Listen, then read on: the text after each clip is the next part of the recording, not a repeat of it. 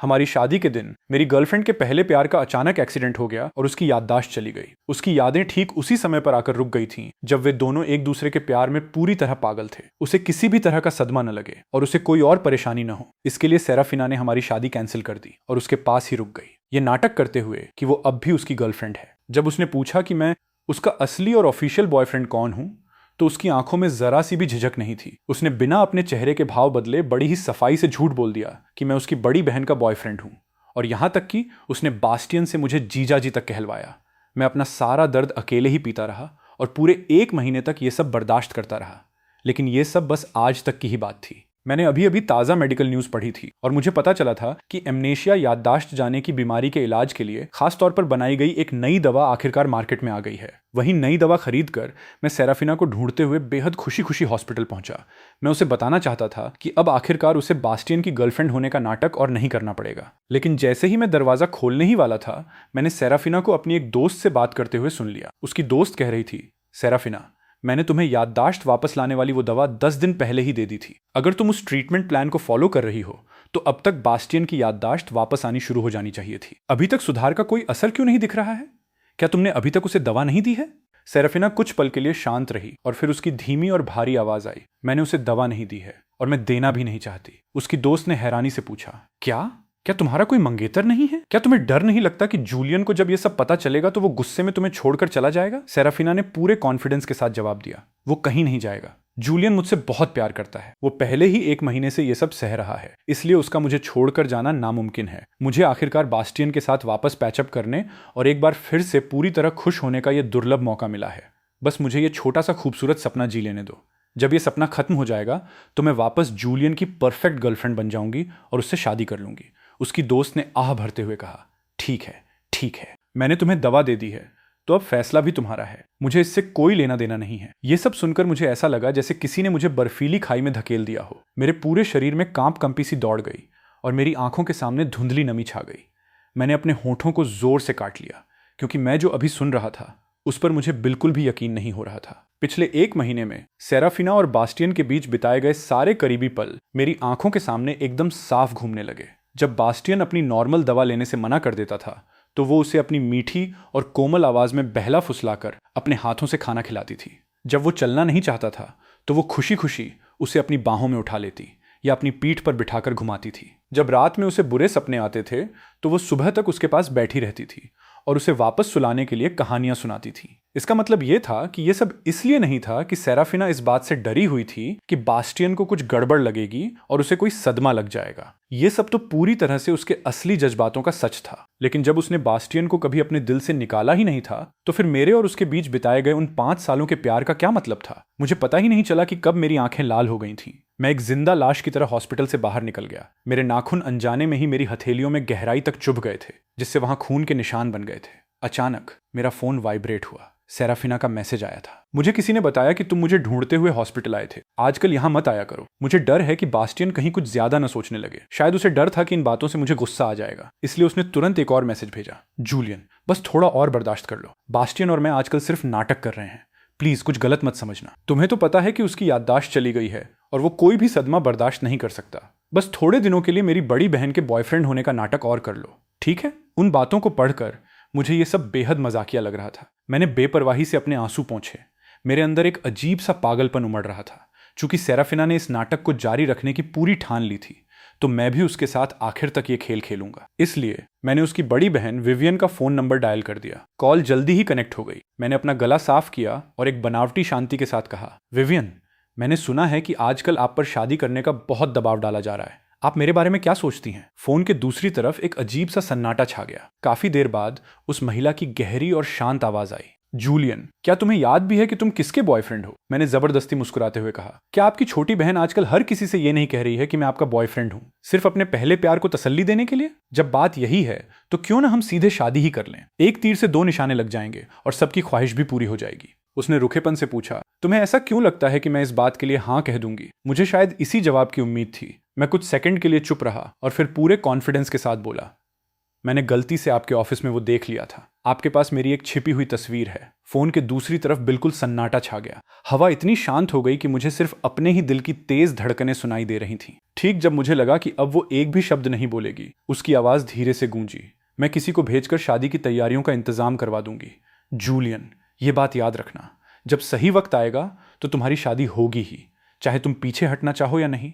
ये वाक्य सुनते ही मेरे सीने पर रखा भारी बोझ आखिरकार हल्का हो गया। चिंता मत कीजिए, मैं यकीनन आपसे शादी करूंगा, लेकिन मेरी एक शर्त है। मेरे माता पिता नहीं हैं, इसलिए मैं चाहता हूं कि सेराफिना खुद मुझे शादी के मंडप तक लेकर आए। विवियन, जो हमेशा कम बोलती थी, उसने मुझे जवाब में सिर्फ एक शब्द कहा, ठीक है। फोन काटने के बाद मैं वापस उसी अपार्टमेंट में गया जहां सेराफिना और मैं पिछले 5 सालों से एक साथ रह रहे थे। मैंने अपना सारा सामान पैक किया और ठीक बगल में मौजूद विवियन के विला में शिफ्ट हो गया। उसी शाम जब मैंने अपना सामान खोल लिया और सोने की तैयारी कर रहा था, तब भी मुझे यह सब किसी सपने जैसा ही लग रहा था। तभी नीचे दरवाजे की घंटी अचानक बजी। मैंने अनमने मन से नीचे जाकर दरवाजा खोला तो सामने सेराफिना खड़ी थी। उसका चेहरा थोड़ा उतरा हुआ और उदास लग रहा था। जूलियन, तुम यहां से क्यों चले गए और तुम मेरी बड़ी बहन के घर में क्यों शिफ्ट हो गए?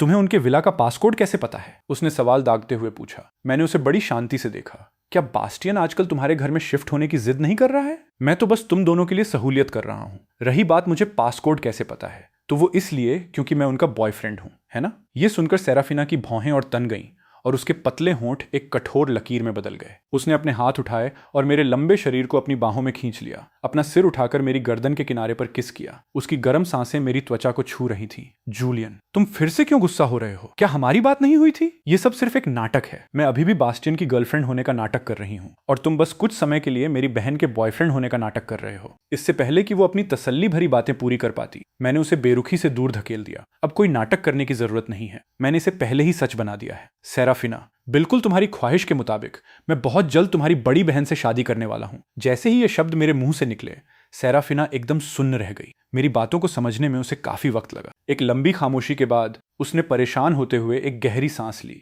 जूलियन, मजाक करना बंद करो। मेरी बहन ने अभी अभी परिवार में ऐलान किया है कि उनका एक मंगेतर है। उन्होंने शादी की तारीख भी तय कर दी है। मैंने सुना है कि वो एक अनाथ है जिसके माता पिता नहीं हैं, और बहन ने मुझसे उसे रस्म के लिए मंडप तक लाने में मदद करने के लिए भी कहा है। मैंने पहले ही हाँ कर दी है। क्या यह मुमकिन नहीं है कि वो अनाथ मैं ही हूं? मैंने पूछा। मैं बस उसे चुपचाप घूरता रहा और कोई सफाई नहीं दी। तो तुम क्या सोचती हो? मैं पीछे मुड़ा, अंदर गया और उसके मुंह पर दरवाजा बंद कर दिया। सेराफिना बंद दरवाजे को बेबसी से देखती रही और उसके पास वहां से जाने के अलावा कोई चारा नहीं था। फिर भी उसने मुझे मनाने के लिए एक मैसेज भेजना नहीं भूला। जूलियन, तुम्हें बस कुछ और दिनों तक ये नाइंसाफी बर्दाश्त करनी है। एक बार बास्टियन की याददाश्त वापस आ जाए, फिर हम वापस वैसे ही हो जाएंगे जैसे पहले थे। जब वो समय आएगा तो मैं तुम्हारे लिए और भी बड़ी शादी की पार्टी रखूंगी, ठीक है? मैंने बिना कोई जवाब दिए बस उस टेक्स्ट को देखा। मुझे अपने आप पर हंसी आ रही थी। हम कभी भी वापस वैसे नहीं हो सकते थे जैसे हम हुआ करते थे। मैं अपने अतीत को पूरी तरह से भूलकर एक नई शुरुआत करने जा रहा था। अगले दिन मैंने विवियन की पसंद का पता लगाने के लिए उसके दोस्तों से पूछताछ की।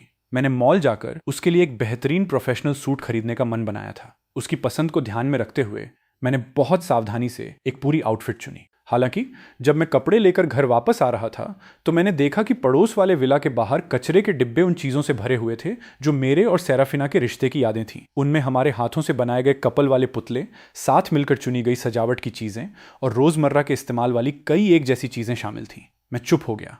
धीरे धीरे मैंने अपनी नजरें वहां से हटा ली। तभी सेराफिना अचानक वहां आ गई और मुझे देखकर थोड़ी घबराई हुई सी लगी। उसने झटपट सफाई देते हुए कहा, जूलियन, बास्टियन यहां शिफ्ट होने की जिद पर अड़ गया था। मैं नहीं चाहती थी कि उसे इस नाटक में कोई भी कमी नजर आए, इसलिए मैंने हमारी यादों से जुड़ी ये सारी चीजें फेंक दी। मैं तुम्हें बाद में बिल्कुल नई चीजें खरीद दूंगी, ठीक है? अच्छा किया जो फेंक दिया, मैंने एकदम सपाट आवाज में जवाब दिया। इससे हमें बाद में होने वाली परेशानी से छुटकारा मिल जाएगा। परेशानी? कैसी परेशानी? उसने पूछा। उसे समझ नहीं आ रहा था कि मैं किस ओर इशारा कर रहा हूं। हालांकि उसका दिल जोर से धड़क उठा था। मैं जवाब देने ही वाला था कि बास्टियन कार से बाहर निकला।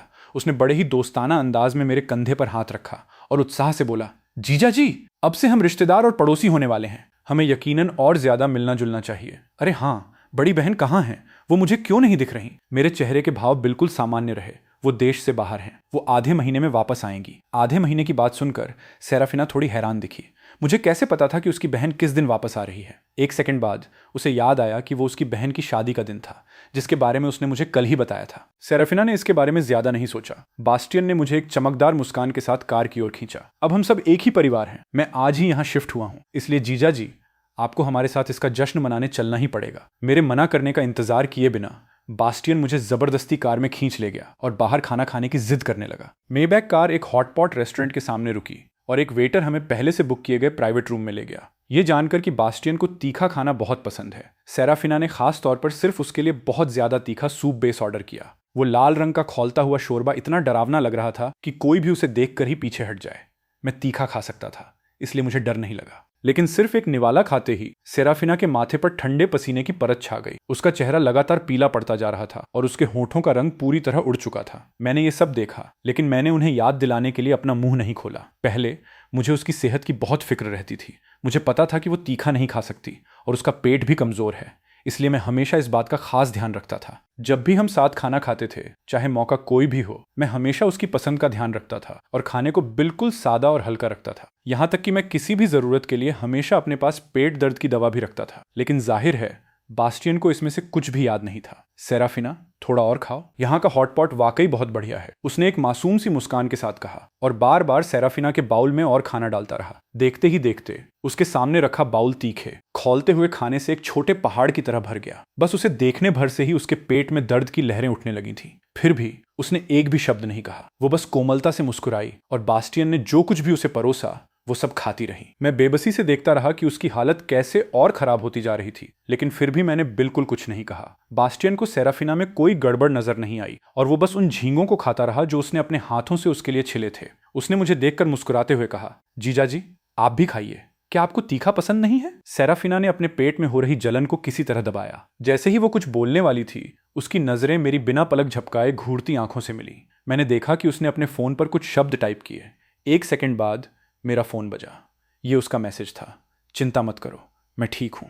बास्टियन को तीखा पसंद है और मैं उसका मूड खराब नहीं करना चाहती। उस वाक्य को देखकर मेरी पकड़ मेरे फोन पर थोड़ी और मजबूत हो गई और मैं अचानक हंस पड़ा। अतीत में हमेशा मैं ही सेराफिना की पसंद का ध्यान रखता था और वो इसे पूरी तरह से मेरा फर्ज मानती थी। लेकिन हाल ही में मैंने उसे दिन के हर पल बास्टियन की आदतों के हिसाब से खुद को ढालते देखा था। इसका मतलब ये था कि किसी से प्यार करने का भी एक स्कोर होता है। मेरे लिए उसका प्यार बमुश्किल ही पास होने लायक था, लेकिन बास्टियन के लिए उसका प्यार पूरे 100% था। तभी एक वेटर खौलता हुआ हॉटपॉट सूप लेकर पास आया, लेकिन जैसे ही वो बास्टियन और मेरे पास से गुजरा उसका पैर फिसल गया। वो जलता हुआ भाप छोड़ता सूप पलट गया और सीधा हमारी ओर गिरने लगा। बास्टियन बचो! पलक झपकते ही सेराफिना के चेहरे के भाव पूरी तरह बदल गए। बिना एक पल की भी देरी किए उसने बास्टियन को ढाल बनकर अपनी बाहों में खींच लिया। वो खौलता हुआ सूप उसकी पीठ पर गिरा, जिससे उसकी त्वचा का एक बड़ा हिस्सा तुरंत जलकर लाल हो गया। फिर भी उसने अपनी पीठ के असहनीय दर्द को पूरी तरह से नजरअंदाज कर दिया। उसकी आंखों में बस एक खौफ छाया हुआ था। बास्टियन तुम्हें चोट तो नहीं लगी? उसने पागलों की तरह उसके पूरे शरीर को चेक किया। जब उसने बास्टियन के हाथ के पिछले हिस्से पर एक छोटा सा लाल जलने का निशान देखा तो उसे बहुत जोर का दर्द महसूस हुआ। उसने झटपट और कोमलता से उस पर फूंक मारी। क्या इसमें दर्द हो रहा है? ये मेरी गलती है, मैं तुम्हें अच्छे से बचा नहीं पाई। मैं तुम्हें हॉस्पिटल ले चलती हूँ, ठीक है? बास्टियन ने हाँ में सिर हिलाया। दर्द के मारे उसकी आंखों में आंसू भर आए थे। अगले ही पल सेराफिना ने बिना किसी हिचकिचाहट के उसे अपनी बाहों में उठा लिया और कमरे से बाहर भाग गई। मुझे बिल्कुल नजरअंदाज करते हुए वो मेरे पास से गुजर गई। मेरा खुला हाथ जलने की वजह से बड़े खौफनाक लाल छालों से भर गया था। फिर भी उसने इस ओर बिल्कुल आंखें मूंद लीं। मैंने अपने जले हुए हाथ को पकड़ा क्योंकि जलने का दर्द लगातार बढ़ रहा था और मैंने एक गहरी ठंडी सांस ली। उन्हें दूर जाते हुए देखकर मैंने एक भी शब्द नहीं कहा। मैंने खुद को यह सब सहने के लिए मजबूर किया और अपने घावों का इलाज करवाने के लिए अकेले ही हॉस्पिटल चला गया। घर वापस आकर मैंने डॉक्टर के बताए अनुसार खुद ही अपनी पट्टियां बदलनी शुरू कर दी। हालांकि केवल एक सही हाथ से यह सब करना बेहद मुश्किल था। जैसे ही मैंने घाव पर बेढंगे तरीके से मरहम लगाया, वो चुभने वाला दर्द और भी तेज हो गया। आखिरकार पट्टी बदलने के बाद मैंने एक सांस छोड़ी और कमजोरी से सोफे पर गिर पड़ा। तभी बास्टियन ने अपने सोशल मीडिया पर एक पोस्ट डाली। उस फोटो में सेराफिना के चेहरे पर गहरी चिंता साफ दिख रही थी और वो बेहद कोमल और सावधानी भरे अंदाज में उसकी देखभाल कर रही थी, इस डर से कि कहीं उसे जरा भी दर्द न हो। कैप्शन में लिखा था, मुझे बस एक छोटी सी खरोंच आई है, लेकिन वो ऐसे बर्ताव कर रही है जैसे आसमान टूट पड़ा हो। इस तरह तो वो मुझे पूरी तरह बिगाड़ देगी। इस नखरे वाले अंदाज को देखते हुए मैं आसानी से अंदाजा लगा सकता था कि बास्टियन ने जब ये शब्द टाइप किए होंगे तब उसके चेहरे पर कैसे भाव रहे होंगे। मैंने अपना फोन पकड़ा और बहुत देर तक पूरी खामोशी में उसे घूरता रहा। पहले सेराफिना को हमेशा डर रहता था कि मुझे जरा सी खरोंच भी न लग जाए। मुझे चोट लगने पर उसे मेरी चोट से भी ज्यादा दर्द होता था और वो हमेशा यही दुआ करती थी कि वो मेरे हिस्से का सारा दर्द खुद सह लें। अगर गलती से मेरी उंगली भी कट जाती तो वो अपना काम कैंसिल कर देती, मेरे पास ही रहती और जब तक घाव पूरी तरह भर नहीं जाता घर से बाहर निकलने से मना कर देती थी। इसका मतलब ये था कि ये सब बस उस आदत का हिस्सा था जो किसी और को पहले प्यार करने की वजह से छूट गई थी। मेरे दिल में एक कड़वी चुभन सी हुई और मेरा सीना एक मूक चीखते हुए दर्द से धड़कने लगा। अगले दिन, इससे पहले कि सेराफिना सफाई देने के लिए अपना मुंह खोलती, उसकी नजर आखिरकार मेरे शरीर पर लगी गहरी चोटों पर पड़ी। तुरंत उसका चेहरा अपराध बोध से भर गया। उसने बहुत माफी मांगी। जूलियन, कल मेरा पूरा ध्यान बास्टियन पर था, इसलिए मैंने देखा ही नहीं कि तुम्हें भी चोट लगी है। मैं अभी एक डॉक्टर को बुलाती हूँ। इससे पहले कि मैं मना कर पाता, उसने खुद ही फोन करके 5 बड़े स्पेशलिस्ट डॉक्टरों को मेरे इलाज के लिए बुला लिया। उन 5 डॉक्टरों ने मेरी हालत की बारीकी से जांच की, फिर उसे एक छोटी सी रिपोर्ट देकर स्टैंड बाय पर खड़े हो गए। इसके बाद उसने एक कॉटन स्वैब लिया, उसे मरहम में डुबोया और सावधानी से मेरे हाथ पर दवा लगाने लगी। जूलियन, कल मैंने बास्टियन को पहले इसलिए बचाया क्योंकि उसकी एक वजह थी। एक कार क्रैश में उसकी याददाश्त चली गई थी और उसका शरीर पहले से ही बहुत कमजोर है। मुझे डर था कि कहीं उसे कुछ और न हो जाए, इसीलिए मैंने तुम पर ध्यान नहीं दिया। मैं कसम खाती हूँ, ये आखिरी बार है। अगर हमारे सामने फिर कभी ऐसी स्थिति आई तो मैं यकीनन सबसे पहले तुम्हें बचाऊंगी। उसके चेहरे के सीरियस भावों को देखकर मैं बस थोड़ा सा मुस्कुरा दिया। कोई बात नहीं, वैसे भी तुम्हें पहले उसी को बचाना चाहिए था। आखिरकार अभी तुम उसकी गर्लफ्रेंड हो और मैं तुम्हारी बड़ी बहन का बॉयफ्रेंड हूं। यह सुनकर सेराफिना सुन्न रह गई। उसे लगा कि मैं बस अभी भी जल रहा हूं। उसकी भौहें तुरंत सिकुड़ गईं। बाहर वालों के सामने ऐसा कहना अलग बात है, लेकिन तुम मेरे सामने ऐसा क्यों कह रहे हो? तुम अच्छी तरह जानते हो कि ये रिश्ते झूठे हैं, बस बास्टियन के लिए एक नाटक है। देखो, मैंने सोथबी की नीलामी से खास तौर पर ये चीजें सिर्फ तुम्हें खुश करने के लिए मंगवाई हैं। मुझे पता है मैंने हाल ही में तुम पर ध्यान नहीं दिया, तो प्लीज अब गुस्सा करना छोड़ दो, ठीक है? बास्टियन के लिए मेरी भावनाएं सिर्फ मेरी जिम्मेदारी की वजह से हैं। प्लीज कुछ गलत मत सोचो। इसके साथ ही उसने कई खूबसूरत डिब्बे बाहर निकाले। अंदर कई लग्जरी लिमिटेड एडिशन घड़ियां थीं, लेकिन मेरे चेहरे के भाव एकदम सपाट रहे और मैंने बिना किसी रहम के उन्हें वापस उसकी ओर खिसका दिया। नहीं शुक्रिया, मुझे इनकी जरूरत नहीं है। मैंने एक भी तोहफा कबूल नहीं किया क्योंकि मैं विवियन का बॉयफ्रेंड था और उसकी छोटी बहन से ये तोहफे लेना बिल्कुल भी सही नहीं था। अगले 2 दिनों तक सेराफिना बास्टियन के साथ ही चिपकी रही और मुझे इस बात से कोई फर्क नहीं पड़ा। यह तब तक चला जब तक बास्टियन का जन्मदिन नहीं आ गया। सेराफिना ने खास तौर पर उसके लिए एक बहुत बड़ी और शानदार पार्टी रखी। बैंक्वेट हॉल को बहुत ही भव्यता से सजाया गया था, जो किसी सपने जैसा लग रहा था। अनगिनत ताजे फूलों से पूरा वेन्यू सजा हुआ था, जिससे वो किसी फेरी टेल जैसा लग रहा था। अनगिनत मेहमानों की नजरों के बीच सेराफिना, जो एक परफेक्ट फिटिंग वाले काले इवनिंग गाउन में थी, बास्टियन की ओर बढ़ी, जो हॉल के बीचों बीच किसी राजकुमार की तरह खड़ा था। उसके पीछे नौकरों की एक लाइन थी, जिनमें से हर एक के हाथ में खूबसूरती से पैक किया गया एक गिफ्ट बॉक्स था। बास्टियन, इन डिब्बों में वो लग्जरी घड़ियां हैं जो तुम्हें पसंद हैं। यहां इसमें एक बीच फ्रंट विला के पेपर्स हैं और ये वाला। अनगिनत बेहद महंगे तोहफे बास्टियन के हाथों में पानी की तरह बहते चले गए। उसने अपने होठों को एक मुस्कान में मोड़ा और खुशी से चमकती आंखों से सेराफिना को देखा। एक साथ खड़े होकर वे दोनों स्वर्ग में बनी जोड़ी जैसे लग रहे थे। मौजूद मेहमानों को बास्टियन से बहुत जलन हो रही थी और वे आपस में फुसफुसाने लगे। चचा, सेकंड मिस सिंक्लेयर को देखकर तो ऐसा लगता है कि उसने अपने पुराने प्यार के लिए अपने नए प्यार को छोड़ दिया है। बचपन के पहले प्यार की ताकत वाकई कुछ और ही होती है। कौन कहता है कि नहीं होती? देखा, जैसे ही एक्स ने रोना शुरू किया, मौजूदा पार्टनर खुद ब खुद हार गया। मैं चुपचाप कोने में खड़ा ये सब सुन रहा था। मेरे चेहरे पर किसी भी तरह के जज्बात का कोई नामो निशान नहीं था। नौकरों ने एक बहुत बड़ा बर्थडे केक बाहर निकाला और मोमबत्तियां जलाईं। बास्टियन ने मुस्कुराते हुए अपनी आंखें बंद की और दुआ मांगने के लिए अपने हाथ जोड़ लिए।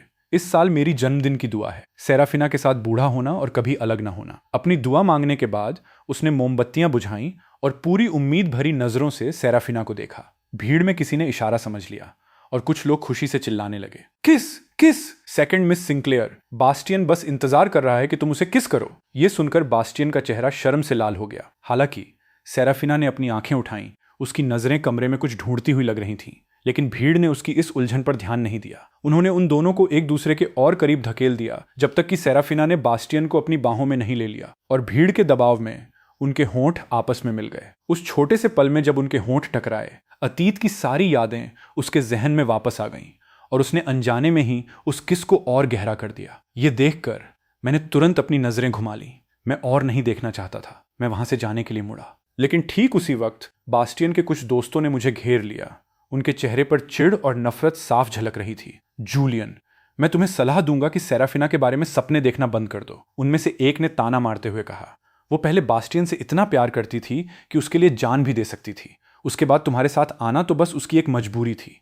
तुमने अभी खुद अपनी आंखों से देखा। अब जब उन्हें आखिरकार वापस साथ आने का मौका मिल गया है, तो अगर तुम में थोड़ी भी समझ है तो तुम समय रहते ही पीछे हट जाओ, ताकि तुम्हारी जो भी थोड़ी बहुत इज्जत बची है वो बच सके। किसी घर तोड़ने वाले की तरह मत बनो जो हमेशा दूसरों की जासूसी करता रहता है। मेरे चेहरे के भाव बिल्कुल नहीं बदले। मैंने उस भीड़ को नजरअंदाज किया और दोबारा वहां से जाने की कोशिश की, लेकिन मेरे इस बेपरवाह रवैये ने उन्हें और भी गुस्सा दिला दिया। गुस्से से आग बबूला होकर कुछ लड़कों ने मुझे कसकर घेर लिया। हम तुमसे बात कर रहे हैं, तुमने सुना नहीं क्या तुमने कभी सेराफिना और बास्टियन की कहानी नहीं सुनी? जब वे प्यार में थे तो सेराफिना सिर्फ उसका पसंदीदा केक खरीदने के लिए आधे शहर का चक्कर लगा लेती थी। वो हर रोज उसके घर के नीचे उसका नाश्ता लेकर इंतजार करती थी। उसे इस बात का इतना खौफ रहता था कि कोई दूसरी लड़की बास्टियन को न देख ले कि वो दिन के हर एक सेकंड उसकी पहरेदारी करना चाहती थी। उसने तुम्हारे साथ सिर्फ अपना मन बहलाने के लिए डेट किया था। अगर वे दोनों इतने घमंडी न होते तो वे बहुत पहले ही वापस साथ आ चुके होते। ये एमनेशिया यकीनन भगवान ने बास्टियन के लिए एक मौके की तरह भेजा है। चूंकि तुम इतने बेशर्म हो तो हम तुम्हें सबक सिखाने वाले हैं। हम तुम्हें एहसास दिलाएंगे कि सेराफिना के दिल में असल अहमियत किसकी है। इतना कहकर उन्होंने मुझे धक्का देना शुरू कर दिया। उन्होंने रेड वाइन की बोतलें उठाईं और सीधा मेरे सिर पर उड़ेल दी। जैसे ही मैंने पलटकर विरोध करने की कोशिश की, उन्होंने मेरे हाथ पकड़ लिए और मुझे जोर से झील में धकेल दिया। मुझे तैरना नहीं आता था। मेरे पूरे शरीर में भयंकर दर्द हो रहा था, जिससे मदद के लिए आवाज लगाना भी मेरे लिए बेहद मुश्किल हो गया था। किनारे पर खड़ी सेराफिना ने यह सब होते हुए देखा। उसकी आंखें खौफ से सिकुड़ गईं और उसका चेहरा तुरंत स्याह पड़ गया। जूलियन! वो अनजाने में ही मेरा नाम चीख पड़ी। बिना कुछ सोचे समझे उसने अपनी भारी हाई हील्स उतार फेंकी, सीधे पानी में छलांग लगा दी और पूरी तेजी से मेरी तरफ तैरने लगी। इस बीच बास्टियन का दिल जोर जोर से धड़कने लगा। वो एक अजीब सी असुरक्षा की भावना से भर गया। जब उसने पीछे आने की कोशिश की तो उसने जानबूझकर अपना पैर फिसलने दिया और पानी में गिर गया। सेराफिना, मुझे बचाओ! वो चिल्लाया, अपने हाथ पैर पागलों की तरह मारते हुए बेतहाशा सेराफिना को मदद के लिए पुकारने लगा। सेराफिना ने झटके से अपना सिर पीछे घुमाया और उसे संघर्ष करते हुए देखा। उसके चेहरे के भाव बुरी तरह बदल गए। उसने बस पल भर के लिए झिझक महसूस की और फिर तेजी से मुड़कर बास्टियन की तरफ तैरने लगी। मुझे अपना शरीर बेहद भारी लगने लगा, जो लगातार नीचे की ओर डूबता जा रहा था। मेरे होश धीरे धीरे जवाब देने लगे थे और मेरी आंखों के सामने मौजूद तस्वीरें धुंधली होने लगी थीं। अब और टिके रहने में नाकाम, बेहोश होने से ठीक पहले अपनी आखिरी नजर में मैंने सेराफिना को पागलों की तरह बास्टियन को खींचकर किनारे पर लाते और उसे अपनी बाहों में उठाकर ले जाते हुए देखा। मुझे नहीं पता कि कितना वक्त बीत गया था। जब मुझे दोबारा होश आया तो हॉस्पिटल के फिनाइल की तेज गंध मेरी नाक में भर गई, जिससे मुझे आखिरकार जिंदा होने का एहसास हुआ। मुझे वेन्यू के स्टाफ ने बचाया था। डॉक्टर ने मुझे बताया कि अगर उन्हें पहुंचने में जरा सी भी और देर हो जाती तो मैं सच में डूब चुका होता। पूरे 2 दिनों तक सेराफिना ठीक बास्टियन के पास ही रही, उसकी देखभाल करती रही और बस बीच बीच में कभी कभार मेरी हालत देखने के लिए आ जाती थी। मेरा दिल मजाक से भर गया था, लेकिन मैं चुप रहा और मैंने बिल्कुल कुछ नहीं कहा। जैसे ही बास्टियन को थोड़ा बेहतर महसूस हुआ, वो मरीजों वाला गाउन पहने हुए मेरे हॉस्पिटल रूम में आ गया। जीजा जी, मैं अपने दोस्तों की तरफ से माफी मांगना चाहता हूं, उसने कहा। हालांकि मुझे नहीं पता कि उन्होंने आपको पानी में क्यों धक्का दिया, लेकिन मुझे यकीन है कि यह बस एक मजाक था। प्लीज इसे दिल पर मत लीजिएगा। मैंने अपनी नजरें नीची की और कुछ नहीं कहा। बास्टियन को कुछ नहीं पता था और उसने मुझे अपने हाथों से पानी में धक्का नहीं दिया था। चाहे मेरे अंदर कितना भी गुस्सा क्यों न भरा हो, मैं उसे बास्टियन पर नहीं निकाल सकता था। चूंकि मैंने कोई तमाशा खड़ा करने के लिए इस मुद्दे को तूल नहीं दिया, इसलिए बास्टियन वहीं रुका रहा और जाने का नाम ही नहीं लिया। वो लगातार बातें करता रहा और अनगिनत सवाल पूछता रहा। आखिरकार वो पूछे बिना नहीं रह सका। जीजा जी, सेराफिना की बड़ी बहन कैसी इंसान है? उनका स्वभाव कैसा है? क्या उनके बहुत सारे दोस्त हैं? तुम ये सब क्यों पूछ रहे हो? मैंने आखिरकार अपनी आंखें उठाईं। बास्टियन ने शर्माते हुए मुस्कुराकर कहा, चूंकि मैं भविष्य में सेराफिना से शादी करने वाला हूं, तो हम सब एक परिवार बन जाएंगे। इसलिए मैं ये जानना चाहता था कि क्या बड़ी बहन के साथ घुलना मिलना आसान है? मैं बहुत देर तक चुप रहा और फिर विवियन के बारे में जो मेरी समझ थी उसके आधार पर एक सीधा सा जवाब दिया। उनका स्वभाव बहुत ठंडा है। वो हमेशा लोगों से एक दूरी बनाकर रखती हैं और अजनबियों का उन्हें छूना बिल्कुल पसंद नहीं है। उनके ज्यादा दोस्त नहीं हैं, बस कुछ बहुत ही करीबी दोस्त हैं। बास्टियन एकदम हैरान रह गया। सच में? वो और सेराफिना सगी बहनें हैं। मुझे उम्मीद नहीं थी कि उन दोनों का स्वभाव एक दूसरे से इतना अलग होगा। आपको ये बात नहीं पता होगी, लेकिन जब सेराफिना ने मुझसे अपने प्यार का इजहार किया था तो वो चाहती थी कि वो एक लाउड स्पीकर लेकर पूरी दुनिया में इसका ऐलान कर दे। जब हम साथ थे तो वो मुझसे बहुत चिपक कर रहती थी। वो चाहती थी कि हमें एक सेकंड के लिए भी अलग न होना पड़े। यहाँ तक कि जब उसके दोस्त उसे घूमने के लिए बुलाते थे तो वो मेरे साथ रहने के लिए उन्हें मना कर देती थी। वो पूरी तरह से प्यार में पागल थी। बोलते बोलते वो अपनी हंसी नहीं रोक पाया। उसका चेहरा पूरी तरह से मिठास से भर गया था। ये सब सुनकर मैं खो सा गया। इतने सालों में जब हम साथ थे, सेराफिना ने मेरे साथ कभी बुरा बर्ताव नहीं किया था, लेकिन मैंने उसे कभी भी वैसा बर्ताव करते नहीं देखा था जैसा उसने अभी बताया। तो ये था उसका असली रूप, जब वो सच में किसी से प्यार करती थी। लेकिन ये सच में बहुत अफसोस की बात है। बास्टियन ने अपनी बात जारी रखी। मेरा कार क्रैश हो गया और मैं उन सभी मीठे पलों को पूरी तरह भूल गया जो मैंने पिछले 5 सालों में सेराफिना के साथ बिताए थे। और वो मुझे ये बताने से मना करती है कि जब मेरा एक्सीडेंट हुआ तो मैं कहाँ जा रहा था। जीजा जी, आपको तो पता ही होगा, है ना? क्या आप मुझे बता सकते हैं? मैंने उसकी ओर देखा। क्या तुम सच में जानना चाहते हो? तुम सेराफिना और मेरी शादी में शामिल होने जा रहे थे। इससे पहले कि मैं अपना वाक्य पूरा कर पाता, सेराफिना दरवाजा खोलकर अंदर आ गई और मेरी बात काटते हुए बोली, वो जूलियन और विवियन की सगाई की पार्टी में शामिल होने जा रहा था, तभी उसका एक्सीडेंट हो गया। इतना चिल्लाने के बाद उसने मुझे भारी घबराहट के साथ देखा और मेरी तरफ इशारों से कई तीखी नजरें डाली। मैं खामोशी से मुस्कुराया और उसके झूठ में हाँ मिला दी। मैंने उसकी पोल नहीं खोली। हाँ, वो विवियन और मेरी सगाई की पार्टी थी। जैसे ही ये शब्द मेरे मुंह से निकले, सेराफिना ने साफ तौर पर राहत की एक बहुत बड़ी सांस ली। बास्टियन को जरा भी शक नहीं हुआ। उसने बस उत्सुकता से पूछा, आप दोनों की सगाई हो चुकी है? क्या इसका मतलब यह है कि आप लोग जल्दी ही शादी करने वाले हैं? हाँ, हम बहुत जल्द शादी करने वाले हैं, मैंने एक हल्की सी मुस्कान के साथ कहा। न जाने क्यों सेराफिना को साफ तौर पर हम दोनों का मेरी और उसकी बहन की होने वाली शादी के बारे में बात करना बिल्कुल पसंद नहीं आ रहा था। भले ही उसे पूरा यकीन था कि यह सब झूठ है। उसकी आंखें स्याह हो गईं। जैसे ही बास्टियन ने अपनी आंखें चौड़ी की और मुझे बधाई दी, उसने झटपट हमारी बात काट दी। बास्टियन, तुम्हारा शरीर अभी पूरी तरह से ठीक नहीं हुआ है। अब तुम्हारे चेकअप का समय हो गया है। इतना कहकर उसने बास्टियन का हाथ पकड़ा और उसे अपने साथ ले गई। हॉस्पिटल रूम वापस पूरी तरह से शांत हो गया। मैं शून्य में खिड़की के बाहर घूरता रहा। मेरे दिल का वो चुभने वाला दर्द अब काफी हद तक कम हो गया था। मुझे नहीं पता था कि मैं अब इस आदत का आदी होकर सुन्न हो गया था या फिर अब ये बात मुझे कोई तकलीफ नहीं पहुंचा सकती थी। मेरे ठीक होने के दिनों में सेराफिना फिर कभी मुझसे मिलने नहीं आई। हालांकि हर रोज मैं उन प्यार भरी तस्वीरों को देख सकता था जो बास्टियन अपने सोशल मीडिया पर डालता था। तस्वीरों में वे दोनों सड़कों पर घूमते, एक ही आइसक्रीम कोन शेयर करते और अम्यूजमेंट पार्क में मस्ती करते नजर आते थे। हर बार जब वो पोस्ट डालता, बास्टियन खास तौर पर मुझे मैसेज करता, जीजा जी, क्या आपने मेरी पोस्ट देखी? इसे लाइक करना मत भूलिएगा। जब मैंने उसकी प्रोफाइल खोली तो मुझे पता चला कि सेराफिना ने उसकी लगभग हर एक पोस्ट को लाइक किया था और उस पर कमेंट किया था। वो इतनी एक्टिव थी जैसे वो पूरी तरह से कोई और इंसान बन गई हो। मुझे साफ तौर पर याद था कि उसे पहले सोशल मीडिया चेक करना पसंद नहीं था और वो कभी किसी के लिए कोई कमेंट नहीं छोड़ती थी, मेरे लिए भी नहीं। बेबी आज बहुत हैंडसम लग रहा है। क्या बेबी ने यह नहीं कहा था कि वो आज खेलते खेलते थक गया है? मैं तुम्हारी बाकी तस्वीरों को एडिट करने में तुम्हारी मदद करूंगी। बेबी, तुम्हारी बीवी तुमसे बहुत प्यार करती है। वे दोनों बिल्कुल एक जवान, एक दूसरे के प्यार में पागल कपल की तरह बर्ताव कर रहे थे और उन्होंने किसी और के लिए कोई जगह नहीं छोड़ी थी। मैंने इनमें से किसी भी बात का कोई जवाब नहीं दिया। मैंने बस चुपचाप एक एक करके हर पोस्ट को लाइक कर दिया। जिस दिन मुझे छुट्टी मिली, सेराफिना अपनी कार के सहारे टिकी हुई हॉस्पिटल की सड़क के किनारे मेरा इंतजार कर रही थी। जब उसने मुझे बाहर आते देखा तो वो स्वाभाविक रूप से मेरे पास आई, दरवाजा खोला और मेरा स्वागत करते हुए मुझे अंदर बैठाया। अंदर बैठने के बाद मैंने देखा कि कार में सिर्फ मैं और सेराफिना ही थे। मैं एक सेकंड के लिए रुका। मुझे थोड़ी हैरानी हो रही थी। बास्टियन कहाँ है? वो यहाँ क्यों नहीं है? सेराफिना एक पल के लिए रुकी और फिर मुझे मनाने वाली एक कोमल मुस्कान दी। जूलियन, मैं तुम्हारी गर्लफ्रेंड हूँ। मैंने पिछले कुछ दिनों से तुम पर ध्यान नहीं दिया क्योंकि मुझे बास्टियन के साथ नाटक करना था, इसलिए ये मेरा फर्ज है कि मैं तुम्हें एक प्राइवेट डेट पर ले जाऊं। अब गुस्सा करना छोड़ दो, ठीक है? बोलते बोलते उसने किसी जादू की तरह एक रोबोट खिलौना निकाला और मुझे खुश करने के लिए मेरी गोद में रख दिया। क्या तुम्हें टूटते तारों की बारिश देखना पसंद नहीं है? आज साउथ माउंटेन से टूटते तारों की बारिश दिखने वाली है। चलो आज रात वहां हाइकिंग करते हैं, कैंप लगाते हैं और टूटते तारों से मन्नत मांगते हैं, ठीक है? वो अपने आप में ही खुशी खुशी बोलती रही। मेरे कुछ न कहने से उसे बिल्कुल भी फर्क नहीं पड़ा और उसने मुझे मना करने का कोई मौका ही नहीं दिया। कार पहले ही साउथ माउंटेन की तरफ तेजी से दौड़ रही थी। पहाड़ की तलहटी में पहुंचने पर सेराफिना ने हाइकिंग बूट्स की एक जोड़ी निकाली जो उसने पहले से तैयार कर रखी थी और जैसे ही मैं कार से बाहर निकला उसने मुझे उन्हें पहनने में मदद की। उनका साइज बिल्कुल परफेक्ट था। मैंने उसके सिर के ऊपरी हिस्से को घूरा और पहले से भी ज्यादा खामोश हो गया। पहाड़ पर हाइकिंग के दौरान उसने अकेले ही सारा सामान उठाया, फिर भी उसने मुझे सहारा देने और मेरा ख्याल रखने के लिए अपना एक हाथ खाली रखा। मुझे अपने सूखे होठों पर जीभ फेरते हुए देखकर उसने तुरंत पानी की एक बोतल खोली और मेरे मुंह के पास ले आई। जैसे ही मेरे चेहरे पर पसीने की एक बूंद दिखी, उसने एक टिश्यू निकाला और सावधानी से उसे पोंछ दिया। उसकी उन सच्ची नजरों से नजरें मिलने पर एक पल के लिए मुझे लगा जैसे हम अतीत में लौट गए हैं। बास्टियन की याददाश्त जाने से पहले वो बिल्कुल ऐसी ही थी। उसका दिल और उसकी आंखें सिर्फ मेरे लिए ही बनी थी। मेरे इसी भटकाव में मेरा बायां पैर मिट्टी के एक खाली हिस्से पर फिसल गया। मेरा शरीर बेकाबू होकर एक तरफ झुक गया और मेरे टखने में एक चुभने वाला, चीर देने वाला दर्द दौड़ गया। जूलियन! सेराफिना की आंखें सिकुड़ गईं और उसके चेहरे के भाव खौफ से बुरी तरह बदल गए।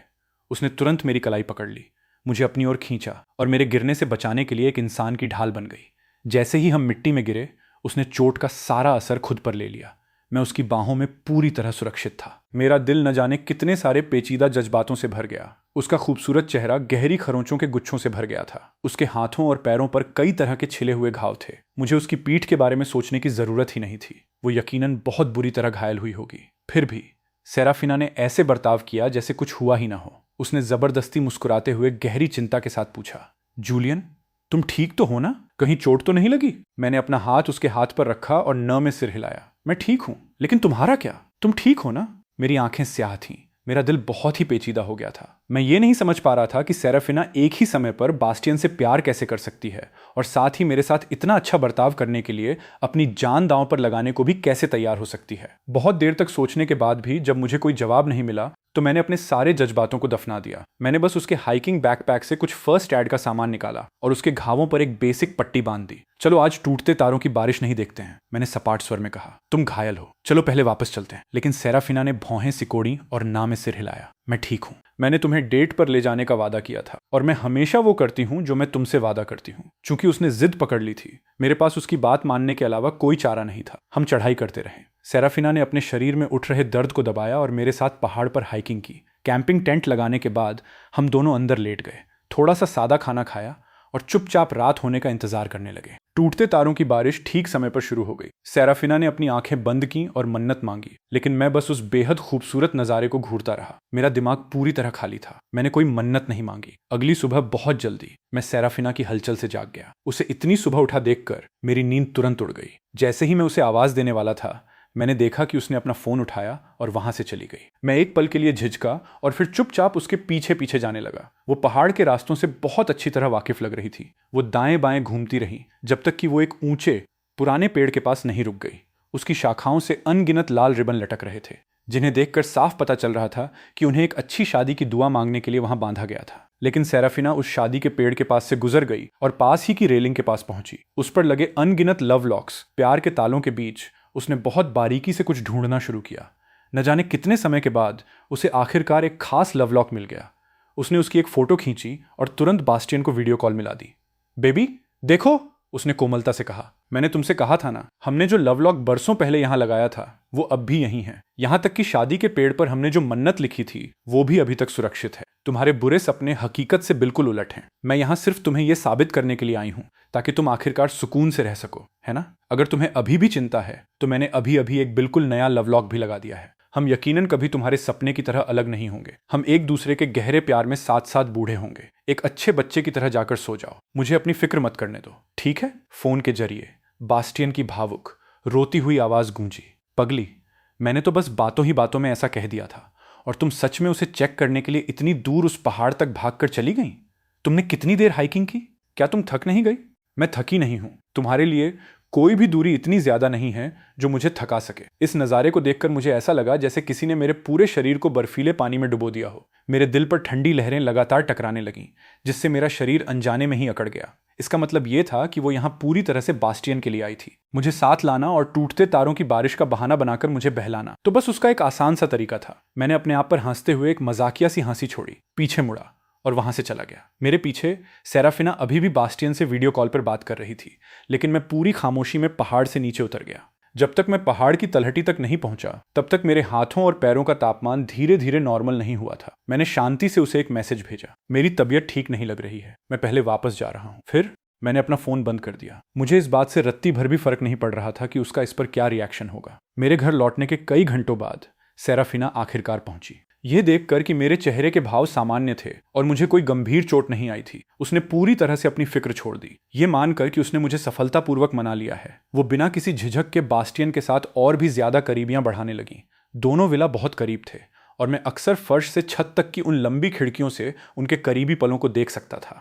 शुरुआत में वे सिर्फ तब गले मिलते थे जब उन्हें लगता था कि मैं देख रहा हूं। अगर उन्हें पता चलता कि मैं देख रहा हूं तो वो जल्दी से पीछे हट जाती थी और ऐसा दिखावा करती थी जैसे कुछ हो ही नहीं रहा है। बास्टियन डरा हुआ दिखता और सेराफिना घबराई हुई लगती, लेकिन धीरे धीरे उन्हें मेरी मौजूदगी की आदत हो गई और उन्हें इससे बिल्कुल भी फर्क पड़ना बंद हो गया कि मैं वहां हूं या नहीं। विला के अंदर वे खाना बनाते समय गले लगते, एक दूसरे का मजाक में पीछा करते और पूरी शिद्दत से किस करते। शीशे की खिड़कियों के सामने सेराफिना पूरी श्रद्धा और कोमलता से बास्टियन के होठों को चूमती, उसके पास रुकी रहती और उसे छोड़ने से इनकार कर देती थी। और उनके हर एक करीबी पल के बाद सेराफिना मुझे एक मैसेज भेजती थी, जूलियन, ये सब बस एक नाटक है। बास्टियन का मिजाज हाल ही में थोड़ा ज्यादा स्टेबल हुआ है और वो याददाश्त वापस लाने की कुछ दवाइयां भी ले रहा है। मुझे यकीन है कि उसे बहुत जल्द सब कुछ याद आ जाएगा और हम वापस वैसे ही हो जाएंगे जैसे हम पहले थे। अरे हाँ, बास्टियन पिछले कुछ दिनों से नखरे कर रहा है। ये पूछ रहा है कि इतने सालों के बाद भी हमने अभी तक शादी क्यों नहीं की, इसलिए मैं उसे प्रपोज करने की तैयारी कर रही हूँ। ये सिर्फ एक दिखावा है, तो प्लीज इसे सच मत मान लेना। इन शब्दों को पढ़कर मैं मजाक में हंस पड़ा। मैंने एक भी शब्द का जवाब नहीं दिया, मैंने बस शांति से अपनी शादी की तैयारियों पर ध्यान दिया। वो और बास्टियन अब जो भी करते थे उससे मेरा बिल्कुल कोई लेना देना नहीं रह गया था। एक दिन बास्टियन ने मेरे विला का दरवाजा खटखटाया। वो अंदर आया, लापरवाही से अपनी बाह मेरी गर्दन पर रखी और बोला, जीजा जी, सेराफिना मुझे प्रपोज करने की तैयारी कर रही है। वो कई दिनों से इस प्रपोजल सेरेमनी की तैयारियां कर रही हैं और इसे पूरी तरह से एक राज रखा है। मैंने सुना है उसने पूरी रात सिर्फ वेन्यू चुनने में लगा दी और अनगिनत ताजे फूल तक हवाई जहाज से मंगवाए हैं। उसने तरह तरह के गुब्बारे, आतिशबाजी और भी बहुत कुछ तैयार किया है। मुझे कोई अंदाजा नहीं है कि ये कैसा दिखने वाला है, लेकिन मैं बहुत एक्साइटेड हूं। मेरा दिल चरम विडंबना से भर गया। जब सेराफिना ने मुझे प्रपोज किया था तो उसने बस इतना कहा था, चलो शादी कर लेते हैं। उस वक्त मुझे लगा था कि उसे ये दिखावे पसंद नहीं है। अब ये साफ हो गया था कि वो बस मुझसे उतना प्यार नहीं करती थी। मेरी खामोशी को देखकर बास्टियन ने उत्सुकता से पूछा, जीजा जी, बड़ी बहन के साथ आपकी शादी की तैयारियां कैसी चल रही हैं? क्या वो भी जल्दी ही होने वाली है? ठीक उसी वक्त मेरा फोन वाइब्रेट हुआ। विवियन ने अभी अभी हमारी शादी के वेन्यू लेआउट का एक वीडियो भेजा था। एक भव्य पवित्र चर्च के अंदर सजावट अनगिनत फूलों से इतने रोमांटिक तरीके से की गई थी जिसकी कोई कल्पना भी नहीं कर सकता था। बाहर फैले हरे लॉन पर सफेद कबूतरों के झुंड उड़ रहे थे जो किसी फेरी टेल के नजारे की तरह खूबसूरत लग रहा था। मशहूर कलाकारों की अनगिनत बेशकीमती ऑयल पेंटिंग्स और मूर्तियां इस शादी में महज एक साधारण सी सजावट बनकर रह गई थी। जमीन पर बिछाए गए कालीन पूरी तरह से इंटरनेशनल मास्टर क्राफ्ट्समैन द्वारा ऊन से हाथ से बनाए गए थे। यहां तक कि डाइनिंग एरिया में रखे बर्तन भी ठोस सोने के बने थे जो पूर्ण लग्जरी का एहसास दे रहे थे। वेन्यू लेआउट का हर एक हिस्सा मेरी पसंद से बिल्कुल मेल खाता था। क्या इसमें कुछ ऐसा है जो तुम्हें पसंद नहीं है? उसने मैसेज किया। कुछ बदलने की जरूरत है क्या? मैंने जवाब दिया कि मुझे सब कुछ बहुत पसंद है और फिर बस अपना फोन बास्टियन को देखने के लिए थमा दिया। शादी की तैयारियां लगभग पूरी हो चुकी हैं। बास्टियन बहुत ज्यादा हैरान था। ये सजावटें तो असली मास्टरपीस हैं। ये नीलामी में करोड़ों की कीमत पर बिकी थी। और सिर्फ सजावट ही नहीं, इस पूरे वेन्यू में एक भी चीज सस्ती नहीं है। बड़ी बहन ने यह सब अरेंज करने में बहुत दिमाग लगाया होगा। हालांकि वो कभी अपने जज्बात जाहिर नहीं करती, लेकिन वो सच में आपसे बहुत प्यार करती हैं। जीजा जी, आपकी शादी की तारीख बहुत करीब है। क्या वो अभी भी विदेश में बिजी हैं? मैंने हाँ में सिर हिलाया। यह शादी थोड़ी अचानक तय हुई है, इसलिए वो शादी से ठीक एक दिन पहले ही वापस आ पाएंगी। जैसे ही मैंने बोलना खत्म किया, सेराफिना दरवाजा धकेल कर अंदर आ गई। मेरी बातें सुनकर उसने अपनी भौहें सिकोड़ी। उसके सीने में एक अजीब सी बेचैनी होने लगी थी। जाने से पहले उसने बास्टियन को पहले घर वापस जाने के लिए कहा। फिर वो मेरे पास आई और मुझे गले लगा लिया। जूलियन, क्या तुम अपने किरदार में कुछ ज्यादा ही गहराई तक नहीं जा रहे हो? तुम बस मेरी बहन के बॉयफ्रेंड होने का नाटक कर रहे हो और वो जिससे शादी कर रही है वो तुम नहीं हो। तुम बास्टियन के साथ शादी के वेन्यू की चर्चा क्यों कर रहे हो? मैंने उसे कोई जवाब नहीं दिया, बल्कि पीछे हटकर बास्टियन के पीछे पीछे दरवाजे की ओर चल दिया। अगले ही दिन बास्टियन एक्साइटमेंट में मुझे खींचकर उनके प्रपोजल सेरेमनी वाली जगह पर ले गया। जीजा जी, मैं बहुत नर्वस हूं। क्या मैं कोई सपना देख रहा हूं? क्या सेराफिना सच में मुझे प्रपोज करने वाली है? मैंने शांति से सिर हिलाया और चुपचाप आसपास की सजावट का जायजा लेने लगा। बिना किसी शक के सब कुछ पूरी तरह से बास्टियन की पसंद के हिसाब से बनाया गया था। वेन्यू पर एक जवां खिले हुए नीले रंग का बोलबाला था जो ताजे फूलों से ऊपर तक लदा हुआ था। नीले और सफेद गुब्बारों से कागज की पर्चियां लटक रही थी और हर एक पर्ची पर बहुत ही गहरा प्यार भरा इजहार लिखा था। सेराफिना एक शानदार सूट पहने और गुलाब का एक बड़ा गुलदस्ता लिए हुए वहां पहुंची। वो धीरे धीरे बास्टियन की तरफ बढ़ी। उसके हाथ में एक मखमल का रिंग बॉक्स था। वो एक घुटने के बल बैठ गई। बास्टियन, क्या तुम मुझसे शादी करोगे? उसकी आंखें सच्चे गहरे प्यार से भरी हुई थीं। अनगिनत रोशनियों के नीचे वो चमकती हुई हीरे की अंगूठी बेहद शानदार लग रही थी। लेकिन बास्टियन ने तुरंत कोई जवाब नहीं दिया। इसके बजाय उसने पूरी उम्मीद के साथ मुझे देखा। जीजा जी, मैं हम दोनों के लिए आपका आशीर्वाद सुनना चाहता हूं। एक बार मुझे आपका आशीर्वाद मिल जाए, फिर मैं उसे हाँ कह दूंगा। मेरे जीजाजी के आशीर्वाद से हम यकीनन जिंदगी भर खुश रहेंगे। मैंने चालाकी से उसकी नजरों से खुद को बचाया। काफी देर तक चुप रहने के बाद आखिरकार मैंने अपना मुंह खोला। मैं दुआ करता हूं कि आप दोनों जिंदगी भर साथ रहें और खुशी खुशी एक साथ बूढ़े हों। बास्टियन बहुत ही संतोष के साथ मुस्कुराया। थैंक यू जीजाजी। सेराफिना, मैं भी। इससे पहले कि वो अपना वाक्य पूरा कर पाता, अचानक चारों ओर से फायर अलार्म की तेज आवाज गूंजने लगी। सेराफिना के चेहरे की मुस्कान तुरंत गायब हो गई और उसकी भौहें कसकर सिकुड़ गईं। आग लग गई है, हमें अभी बाहर निकलना होगा। थोड़ी ही दूर पर आग खौफनाक तेजी से फैल रही थी, जो पल भर में पूरे प्रपोजल वेन्यू को निगलने का खतरा पैदा कर रही थी। गाढ़े राख जैसे काले धुएं ने तेजी से पूरे इलाके को अपनी चपेट में ले लिया, जिससे सांस लेना बेहद मुश्किल हो गया। मेरी आंखों के सामने सब कुछ पूरी तरह से धुंधला हो गया था। अनगिनत स्टाफ मेंबर पागलों की तरह एग्जिट की तरफ भाग रहे थे, जिससे वहां पूरी तरह अफरा तफरी मच गई थी। सेराफिना ने फूलों का गुलदस्ता गिरा दिया, अपने सबसे करीब खड़े इंसान का हाथ पकड़ा और बिना कुछ देखे एग्जिट की तरफ भागने लगी। मैं भी उसके पीछे पीछे खिंचा चला गया। उसकी हथेली की साफ गर्माहट मेरे हाथों में आ रही थी। एक छोटे से पल के लिए मैं सच में हैरान रह गया था। जैसे ही मैं कुछ कहने वाला था, अचानक हमारे पीछे से बास्टियन की खौफनाक चीख गूंज उठी। सेराफिना, तुम कहां हो? सेराफिना एकदम जम गई। उसने नीचे उस हाथ की ओर देखा जो उसने पकड़ रखा था और उसे एहसास हुआ कि उसने किसी गलत इंसान का हाथ पकड़ लिया है। एक भयानक खौफ ने उसे पूरी तरह से जकड़ लिया। उसने मुझे जोर से धक्का दिया और तेजी से अपना सिर घुमाया। धक्का लगने से मेरा बैलेंस बिगड़ा और मैं जमीन पर जोर से गिर पड़ा। मैं बेबसी से देखता रहा कि कैसे सेराफिना बिना पल भर की भी हिचकिचाहट के मुड़ी और बास्टियन की आवाज की तरफ भागने लगी। Bastian, Bastian! उसकी पागलों जैसी बदहवास चीखें मुझ पर बर्फ के ठंडे पानी की बाल्टी की तरह गिरी, जिसने मेरे दिल को एक बार फिर सुन्न कर दिया। मेरे टखने में एक चुभने वाला, चीर देने वाला दर्द दौड़ गया।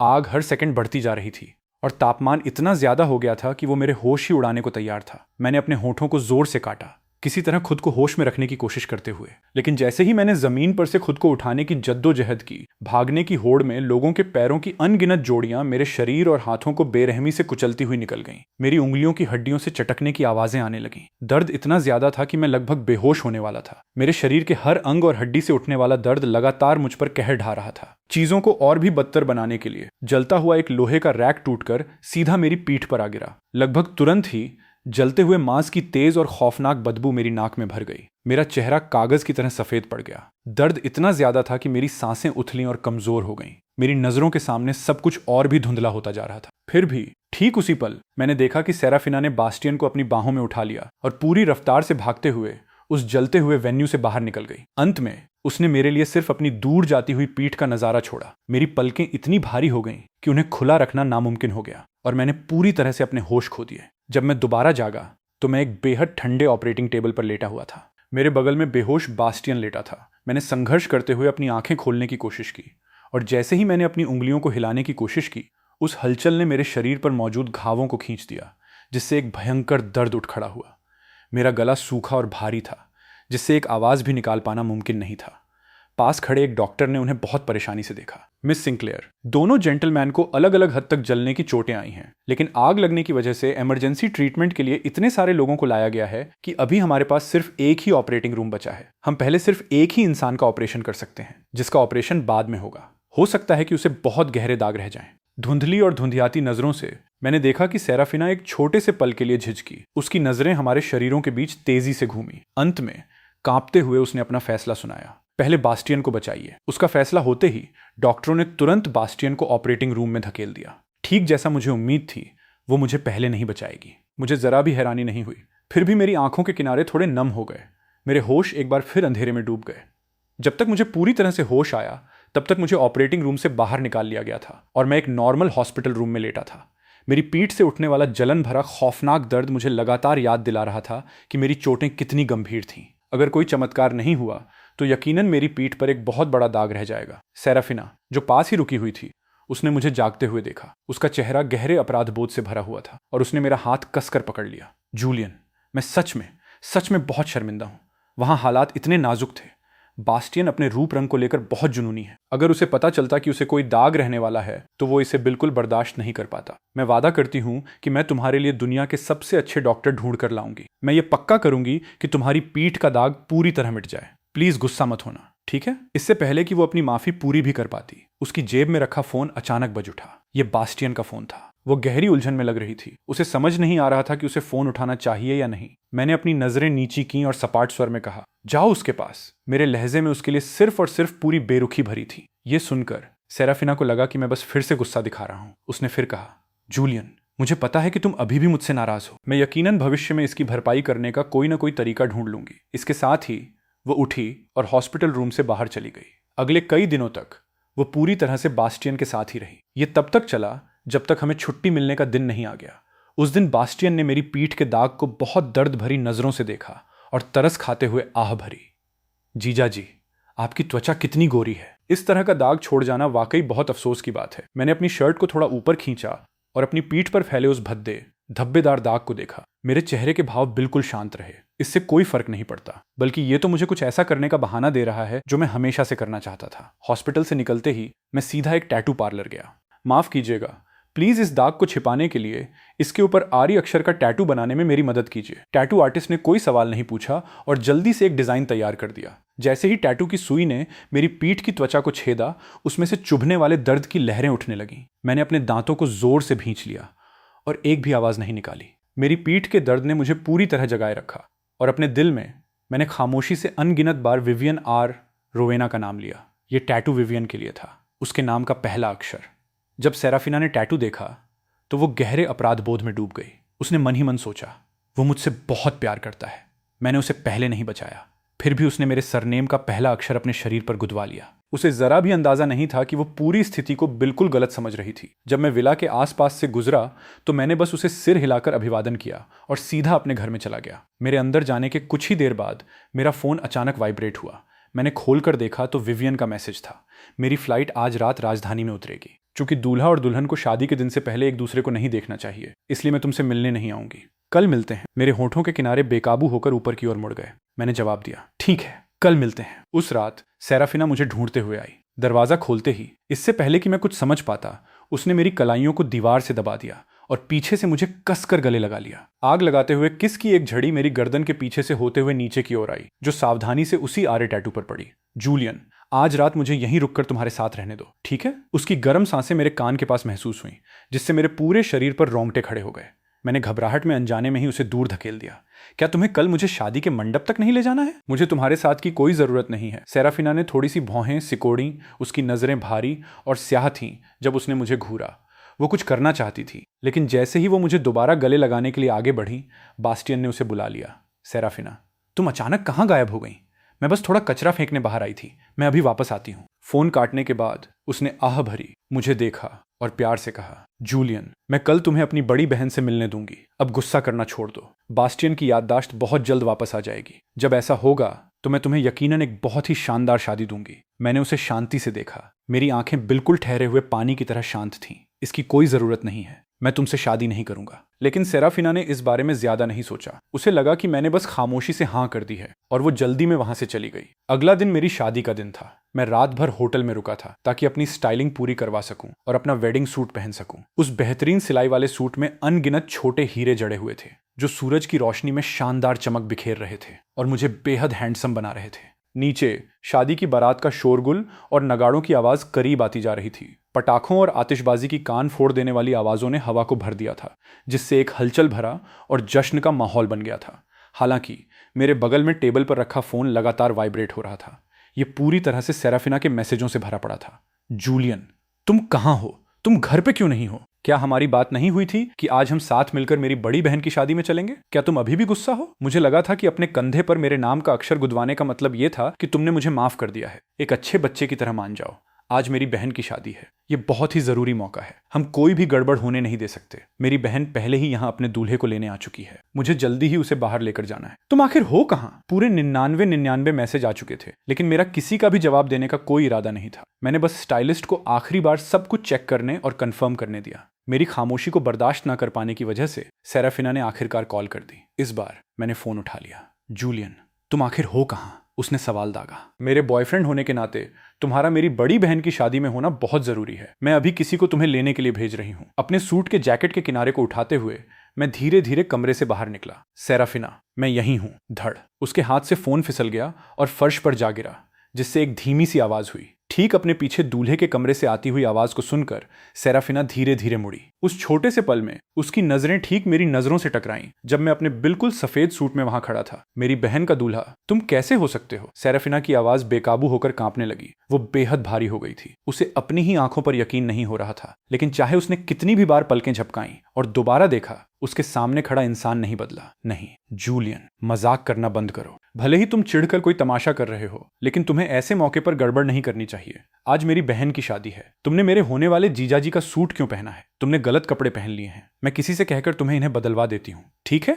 वो बनावटी शांति के साथ मेरी तरफ बढ़ी, लेकिन मेरी हल्की मुस्कान कायम रही। सेराफिना, मैं कोई गड़बड़ नहीं कर रहा हूँ। आज तुम्हारी बड़ी बहन के साथ मेरी शादी है। समय हो गया है। अब तुम्हें मुझे नीचे ले जाना चाहिए। सेराफिना की आंखें लाल हो गईं। हकीकत से भागने की कोशिश करते हुए वो पीछे की तरफ लड़खड़ाई। नहीं, ऐसा नहीं हो सकता। उसने ना में सिर हिलाया जैसे उस पर बिजली गिर गई हो और सदमे में खाली नजरों से बुदबुदाने लगी। उसी वक्त विवियन के अरेंज किए हुए आदमी आगे आए और उसका रास्ता रोक लिया। सेकंड मिस, एल्डेस्ट मिस ने हुक्म दिया है कि आपको आज जेंटलमैन को बाहर ले जाना ही होगा। प्लीज शुभ मुहूर्त में देरी मत कीजिए। कई हट्टे कट्टे बॉडीगार्ड्स ने सेराफिना को पूरी तरह घेर लिया।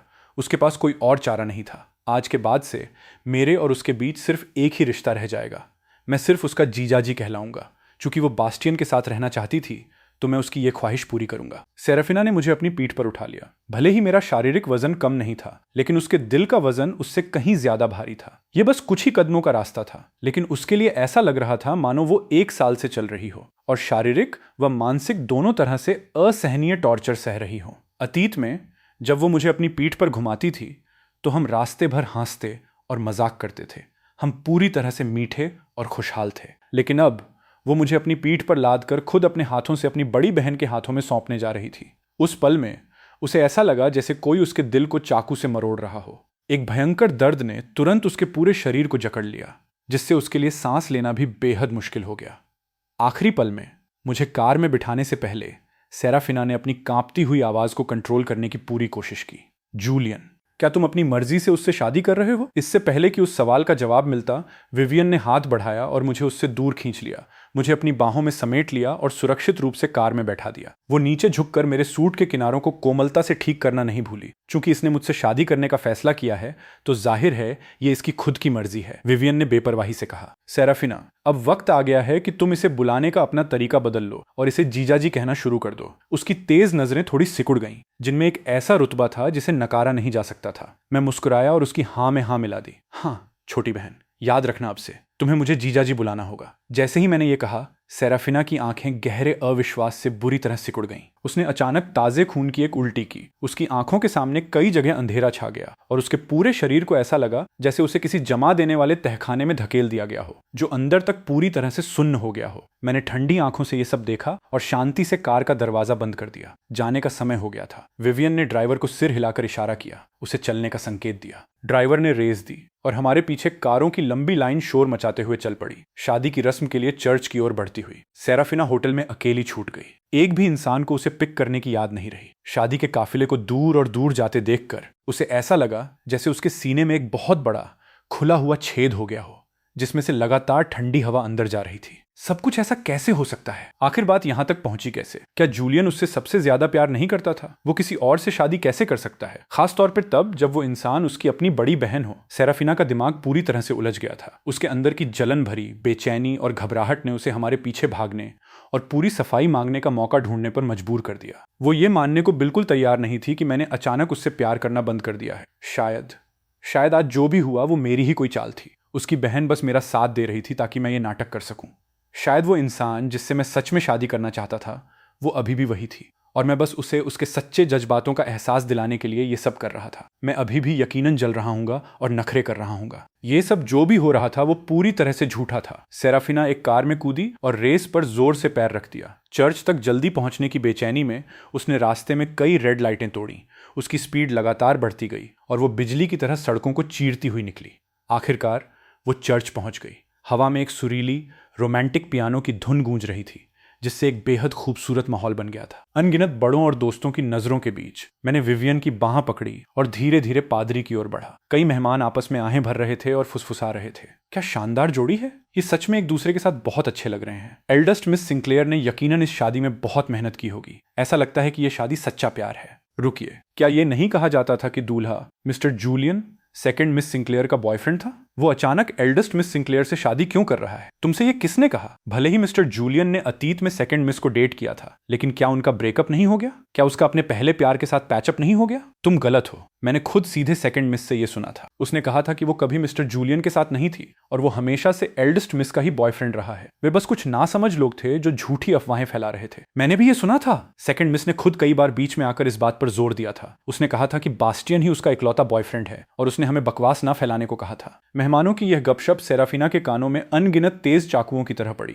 जो बेरहमी से उसके दिल को चीर रही थी, लगातार मरोड़ रही थी और उसके दिल को एक खूनी लोथड़े में बदल रही थी। अतीत में बास्टियन को धोखा देने के लिए उसने जो शब्द कहे थे, वे अब एक बुमरैंग पलटकर वार करने वाला हथियार बन गए थे, जो वापस आकर यह साबित कर रहे थे कि मेरा और उसका अब बिल्कुल कोई रिश्ता नहीं बचा था। एक भयंकर दुख और खटास उसके ऊपर एक समुद्री लहर की तरह आ गिरी। उसे लगा कि उसका पूरा दिल एसिड में डूबा हुआ है और सांस लेना भी एक दर्दनाक काम बन गया था। जूलियन, मैं शर्मिंदा हूं, प्लीज उससे शादी मत करो, ठीक है? मैं गलत थी। सेराफिना अपनी सिसकियों के बीच जोर से चिल्लाई। जैसे ही वो स्टेज की तरफ भागने वाली थी, उसके माता पिता ने उसे रोक लिया। उसके पिता ने उसे धमकी भरी नजरों से घूरा। आज विवियन की शादी है, अपनी हद से बाहर मत जाओ। उसकी मां ने भी भौहें सिकोड़ी, सेराफिना के कंधों को नीचे दबाकर उसे जबरदस्ती बैठा दिया और अपनी आंखों से इशारा करके कई बॉडीगार्ड्स को उसे कसकर घेरने का हुक्म दिया। पिछली बार जब जूलियन के साथ तुम्हारी शादी थी, तब तुमने पहले ही हमारे परिवार की सारी इज्जत मिट्टी में मिला दी थी। क्या तुम आज इस शादी को भी बर्बाद करने की कोशिश कर रही हो?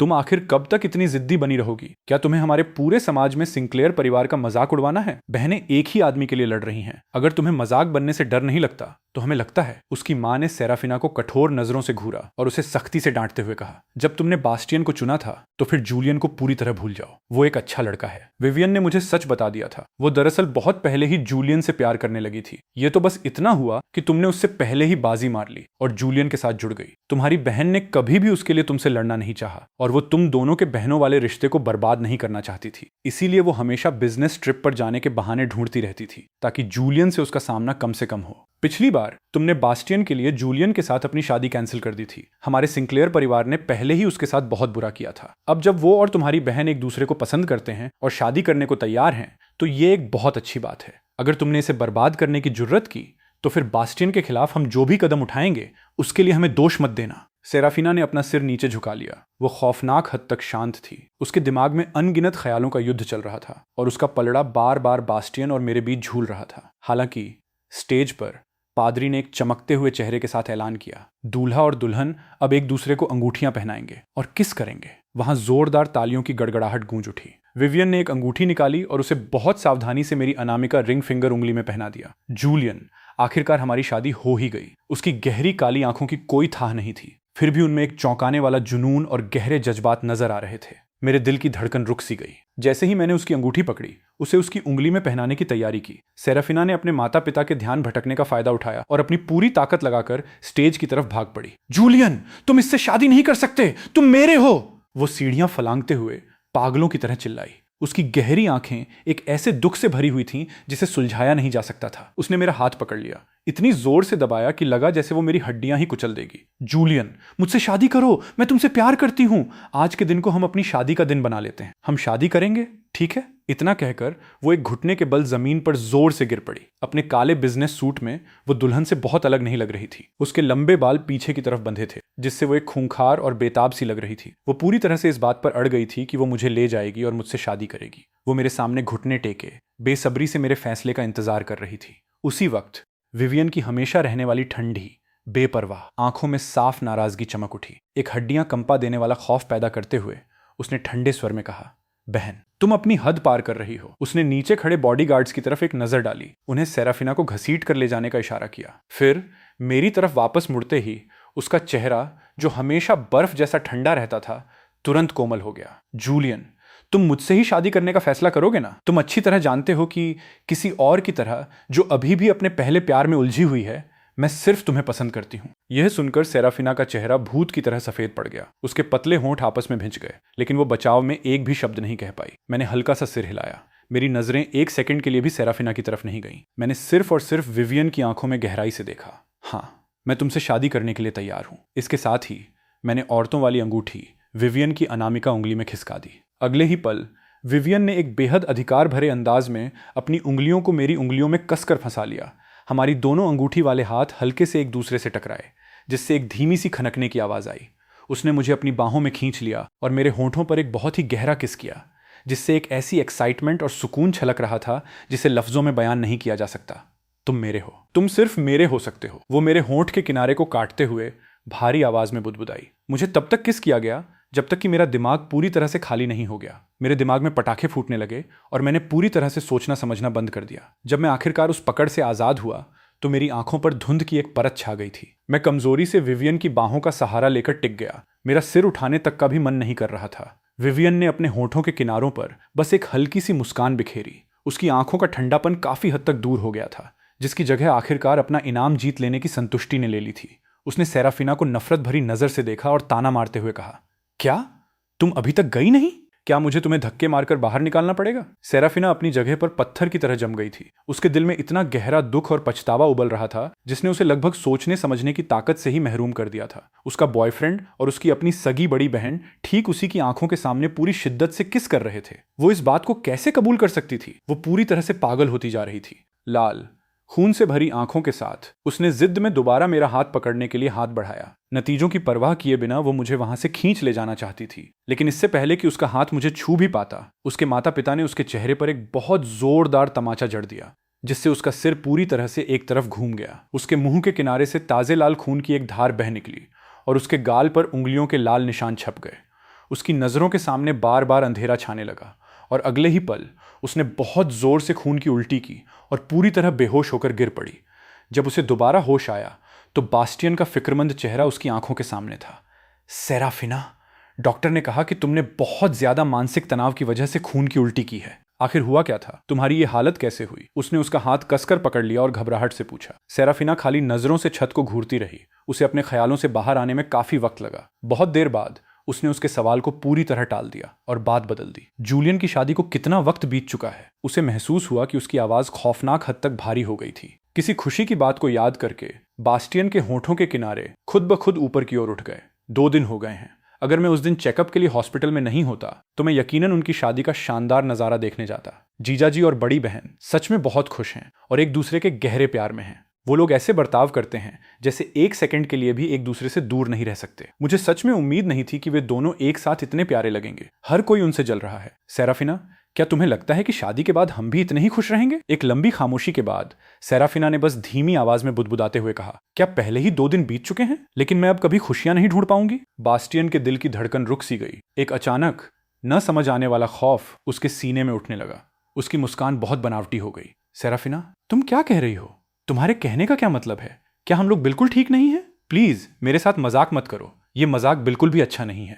मैं मजाक नहीं कर रही हूं। बास्टियन, क्या तुम हमेशा से ये नहीं जानना चाहते थे कि पिछले 5 सालों में असल में क्या हुआ था? ये याददाश्त वापस लाने की दवा है। अब तुम्हारी दवा लेने का वक्त आ गया है। इसे लेने के बाद तुम्हें सब कुछ याद आ जाएगा। सेराफिना ने अपने सूखे होठों पर जीभ फेरी और आखिरकार ये फैसला ले लिया। अतीत में वो हमेशा हिचकिचाती थी, लगातार चीजों को थोड़ा और टालना चाहती थी, उसके साथ बस थोड़ा सा वक्त और बिताना चाहती थी। मेरे साथ शादी के बंधन में इतनी जल्दी बंधने से कतराती थी, लेकिन ये वही हिचकिचाहट और फैसला न ले पाना ही था जिसने मुझे विवियन से शादी करने की ओर धकेल दिया। उसने कभी सपने में भी नहीं सोचा था कि एक दिन मैं किसी और का हो जाऊंगा। उसने पहले सोचा था कि मेरे साथ शादी और बच्चों की एक शादी, खुशहाल जिंदगी, एक पक्का भविष्य है जिसे वो अंत तक देख सकती है, और इसीलिए वो बास्टियन के साथ चुराए गए इस छोटे से वक्त के लिए इतनी लालची हो गई थी। लेकिन हकीकत ने उसे एक बहुत ही जोरदार तमाचा मारा था। कोई भी हमेशा एक ही जगह पर इंतजार नहीं करता रहता जो उसे बिना किसी शर्त के प्यार करे। अब वक्त आ गया था कि वो बास्टियन के लिए अपने इस जुनून को छोड़ दे। शायद अगर वो अब मेहनत करे तो उसके पास अभी भी जूलियन को वापस पाने का एक मौका हो सकता था। सेराफिना ने अपनी नजरें सख्त की, गोलियों की बोतल निकाली और बास्टियन के हाथ में थमा दी। उस साधारण सी छोटी सी बोतल को देखकर बास्टियन के दिल का खौफ और भी गहरा हो गया। उसकी आंखों में आंसू भर आए और नजारे धुंधले हो गए। उसने खुद ब खुद ना में सिर हिलाया, अपने होठों को जोर से काटते हुए रुंधे हुए गले से बोला, सेराफिना, मैं दवा नहीं खाना चाहता। मैं धीरे धीरे ठीक हो जाऊंगा। मुझे आखिरकार वो सब याद आ ही जाएगा जो इन 5 सालों में हुआ था। या फिर तुम ही मुझे बता दो। बात तो एक ही है, किसी अनजान वजह से वो उन 5 सालों को याद करने से डर रहा था। उसे डर था कि उन यादों में कुछ ऐसा हो सकता है जिसे वो बर्दाश्त नहीं कर पाएगा। लेकिन सेराफिना ने उसे ठंडी नजरों से देखा। वो अब पहले जैसी कोमल और प्यार करने वाली नहीं रही थी। उसके चेहरे से मुस्कान का हर निशान पूरी तरह गायब हो चुका था। वो बहुत ही ठंडी और कठोर लग रही थी। बास्टियन खुद ब खुद सिकुड़ गया और कुछ कदम पीछे हट गया। जैसे ही उसने भागने की कोशिश की, उसने पीछे से उसे पकड़ लिया। सेराफिना ने बोतल से 2 गोलियां निकाली, उन्हें उसके होंठों से लगाया और एकदम सपाट लहजे में हुक्म दिया, तुम्हारी दवा का वक्त हो गया है। एक अच्छे बच्चे की तरह इसे खा लो। उसके रवैये और हरकतों में एक ऐसा अधिकार था जिसमें विरोध की कोई गुंजाइश नहीं थी।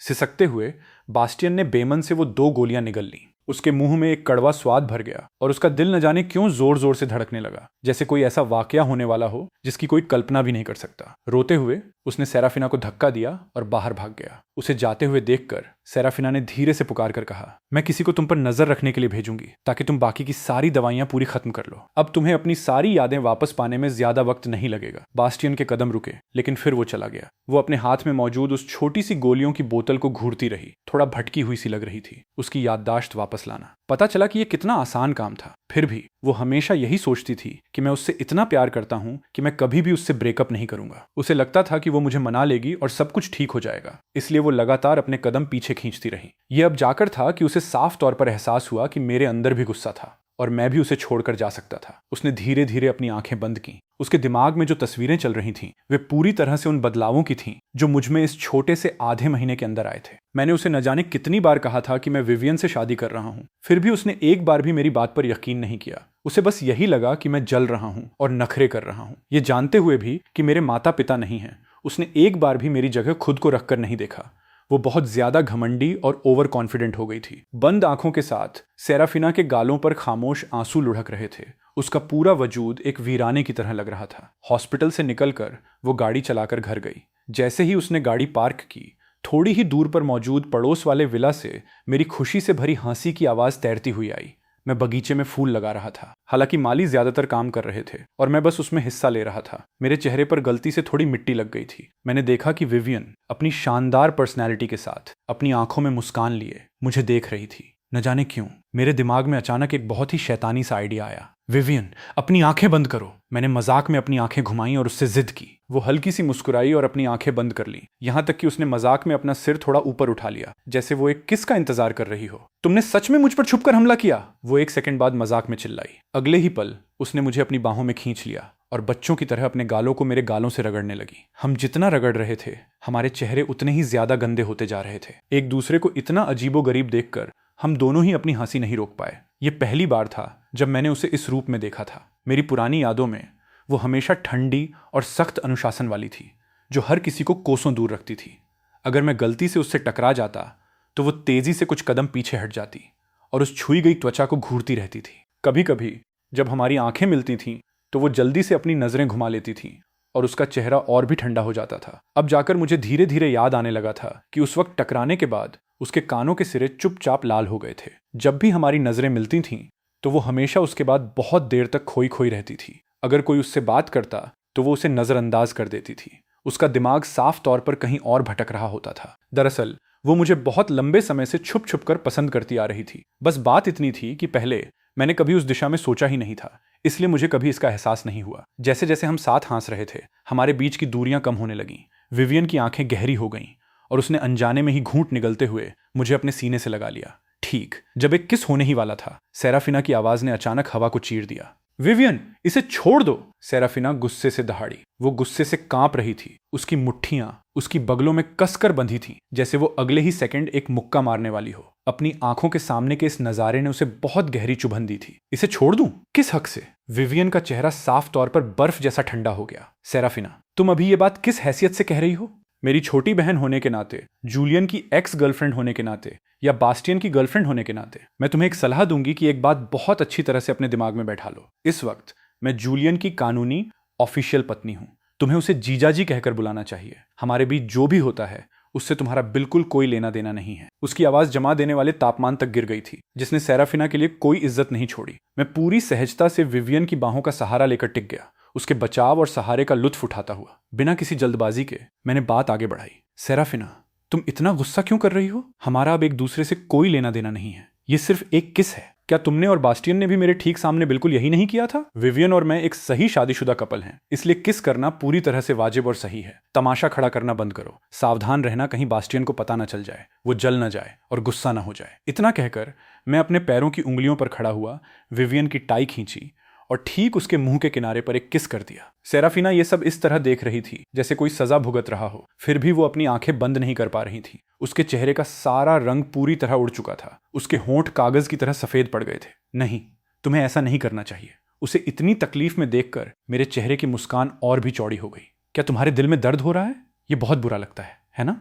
अच्छा है, जब मैं तुम्हें बास्टियन के साथ इतने करीब होते हुए देखता था तब मेरे दिल में भी बिल्कुल ऐसा ही दर्द होता था। लेकिन उस वक्त तुमने क्या किया था? बस मुझे बहलाने के लिए कुछ आधे अधूरे शब्द फेंक दिए। मजे की बात तो यह है कि शुरुआत में मैंने सच में उन बातों पर यकीन कर लिया था। अब मैंने तो उसका आधा भी नहीं किया है जो तुमने उस वक्त किया था, और तुम्हारी अभी से ये बुरी हालत हो गई है। तुम बस इतना सा दर्द भी बर्दाश्त नहीं कर पा रही हो। तुम्हें तो आगे चलकर इससे भी बहुत कुछ ज्यादा बर्दाश्त करना पड़ेगा। मेरा दिल बेरुखी का एक समंदर बन चुका था। अब मेरे दिल में सेराफिना के लिए प्यार की एक बूंद भी नहीं बची थी। नहीं जूलियन, मजाक करना बंद करो। सेराफिना, ये हमारा घर है, हम जो चाहें वो कर सकते हैं। अब तुम्हारा वापस जाने का वक्त हो गया है। मैंने उसे ठंडे स्वर में बाहर निकलने का हुक्म देते हुए कहा। चूंकि विवियन पूरी तरह से मेरी तरफ थी, कुछ नौकर सेराफिना को दरवाजे से बाहर निकालने के लिए तेजी से दौड़े। बहुत अच्छे मूड के साथ मैं वापस अपने फूल लगाने के काम में लग गया। विवियन, हालांकि अपनी पहले वाली खुशी खो चुकी थी, वो मेरी पीठ को गहराई से घूरती रही, बहुत ज्यादा खामोश थी।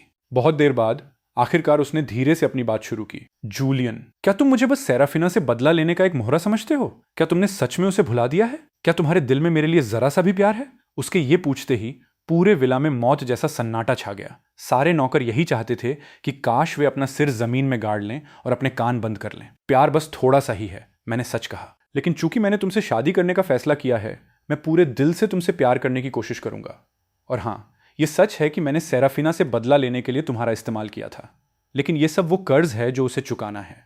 मैंने जो भी नाइंसाफी सही है, उसे उसका हिसाब एक एक करके देना होगा।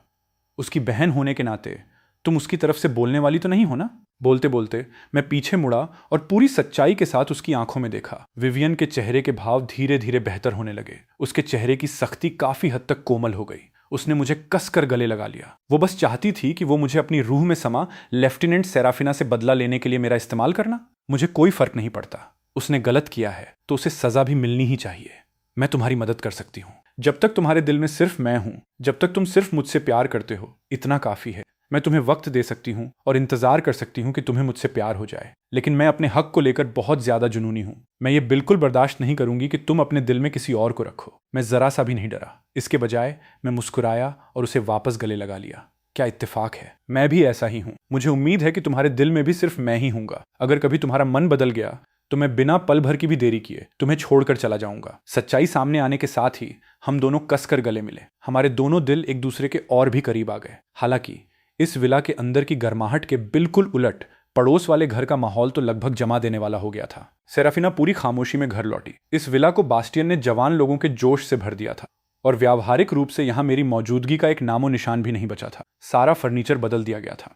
वो सारे बारीकी से सोचे गए लेआउट और सजावट, जिन्हें मैंने और उसने मिलकर बड़ी मेहनत से चुना था, उन्हें उसने खुद अपने हाथों से बाहर फेंक दिया था। हंसने वाली बात तो ये थी कि उसे अब यह भी याद नहीं था कि वे पुरानी चीजें दिखती कैसी थीं। जब वे उन सजावटों को चुन रहे थे तो उसका पूरा ध्यान सिर्फ मेरे सीरियस चेहरे को देखने पर था। मुझे जो भी पसंद आता था वो बस बेढंगे तरीके से हाँ में सिर हिला देती थी और मेरी पसंद की हर चीज खरीद लेती थी। जब वो मेरे साथ थी तो उसने बास्टियन को डेट करने के अपने तजुर्बे का इस्तेमाल करके मेरा ख्याल रखा था और मेरे साथ अच्छा बर्ताव किया था। फिर भी न जाने क्यों उसे हमेशा लगता था कि कुछ तो कमी है। बास्टियन से इतनी गहराई से प्यार करने के बाद ऐसा लगता था कि वो कभी दोबारा खुद को किसी और से उस तरह से प्यार करने में नहीं झोंक पाएगी। इस डर से कि कहीं बास्टियन के साथ हुए ब्रेकअप जैसी स्थिति दोबारा ना हो जाए, वो हमेशा अपने दिल का एक हिस्सा बचाकर रखती थी और मेरे साथ अच्छा बर्ताव करने के लिए सिर्फ अपनी पुरानी यादों का सहारा लेती थी। अब जाकर उसे इस बात का एहसास हुआ था कि हमारे साथ बिताए गए 5 सालों में शायद उसे मुझसे पूरी तरह से प्यार हो गया था। बस बात इतनी थी कि मेरे साथ जिस तरह से वो बर्ताव करती थी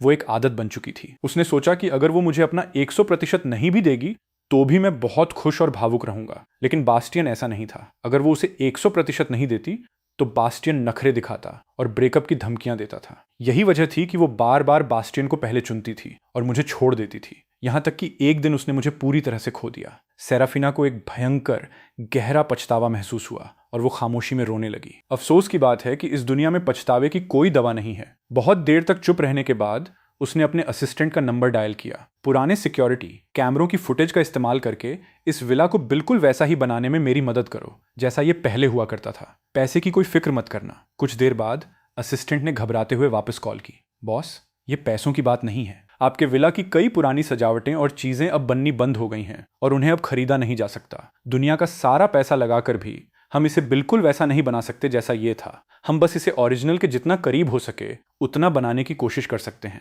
आप क्या कहती हैं? सेराफिना का चेहरा सख्त हो गया। उसकी आवाज भारी थी। अगर तुम उन्हें खरीद नहीं सकते तो कोई तरीका ढूंढो। अगर और कुछ ना हो सके तो नकली चीजें या उनके जैसी कोई चीज ढूंढो। तुम्हें इसे वापस वैसा ही बनाना होगा जैसा ये पहले था। असिस्टेंट ने हुक्म माना और फोन काट दिया। उसी वक्त बास्टियन की दवा का समय हो गया था। नौकरों की चौकस नजरों के बीच उसने बेमन से वो 2 गोलियां निगली और कड़वी गोलियों को नीचे उतारने के लिए पानी का एक बहुत बड़ा घूंट पिया। 10 मिनट बाद जब नौकरों ने सावधानी से यह कंफर्म कर लिया कि उसने गोलियां निगल ली हैं, तब आखिरकार उन्होंने उसे जाने दिया। शायद याददाश्त वापस लाने वाली गोलियां असर कर रही थीं। उसका सिर ऐसा लग रहा था जैसे अनगिनत सुइयां उसे चुभ रही हों और उसका दिमाग दर्द के भंवर में फंसा हुआ था। उसकी सांसें लगातार तेज होती जा रही थीं। सेराफिना, इसमें बहुत दर्द हो रहा है। मेरा सिर बहुत दर्द कर रहा है। प्लीज, मैं तुमसे भीख मांगता हूं। क्या मैं दवा लेना बंद कर सकता हूं? मैं अब अपनी याददाश्त वापस नहीं चाहता। क्या यह ठीक नहीं है कि हम बस ऐसे ही रहें?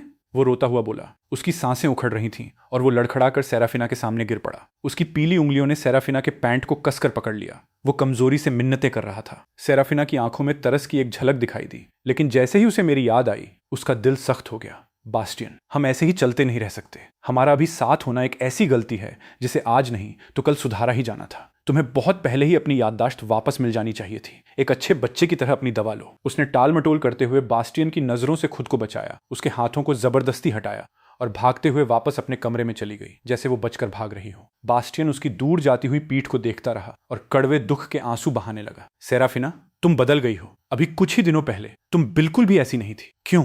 कोई इंसान इतनी तेजी से इतनी बुरी तरह कैसे बदल सकता है? वो ठंडे पसीने में तरबतर होकर अपने सिर को पकड़कर बैठा रहा। जैसे जैसे दर्द कम हुआ उसे धीरे धीरे उन सारी चीजों की याद आने लगी जो हाल ही में अजीब लग रही थी। सेराफिना का यह बदलाव ठीक उसी पल से शुरू हुआ था जब मेरी शादी विवियन से हुई थी। बास्टियन के चेहरे का सारा रंग उड़ गया। उसका शरीर ठंडी सिहरन से कांपने लगा। लड़खड़ाते हुए वो पड़ोस के विला तक पहुंचा और दरवाजे की घंटी बजाई। उसके दिमाग में एक ऐसा शक पैदा हो रहा था जिस पर यकीन कर पाना नामुमकिन था। लगातार बजती हुई दरवाजे की घंटी मेरे और विवियन के कानों तक पहुंची। हम दोनों ने एक साथ भौहें सिकोड़ी। मैंने भारी पलकों को खोला और विवियन को धक्का दिया, जिसने मुझे कसकर पकड़ा हुआ था। उठो और जाकर देखो कि हमें कौन ढूंढ रहा है। विवियन ने बिना किसी जल्दबाजी के अपना बाथरोब पहना, उसे तब तक ठीक किया जब तक वो पूरी तरह से परफेक्ट नहीं हो गया, और फिर धीरे धीरे सीढ़ियों से नीचे जाने लगी। तब तक एक नौकर ने दरवाजा खोल दिया था। बास्टियन को पूरी तरह से बिखरी हुई हालत में अंदर आते देखकर उसने अनजाने में ही अपनी भौहें सिकोड़ ली। तुम यहां क्या कर रहे हो? उसकी आवाज में चिड़चिड़ाहट साफ झलक रही थी। लेकिन बास्टियन ने बाकी हर चीज को नजरअंदाज किया और कुछ सेकंड के लिए विवियन को बहुत बारीकी से देखा। उसकी त्वचा पर खरोंच के निशान और हिकीज लव बाइट्स को देखकर उसके दिल को थोड़ी तसल्ली हुई। हालांकि एक हल्की सी बेचैनी अभी भी बाकी थी। बहन, मैं अपने जीजाजी से मिलने आया हूं। मुझे उनसे कुछ बहुत जरूरी बात पूछनी है। विवियन की आंखों में सिर्फ और सिर्फ ठंडक भरी थी।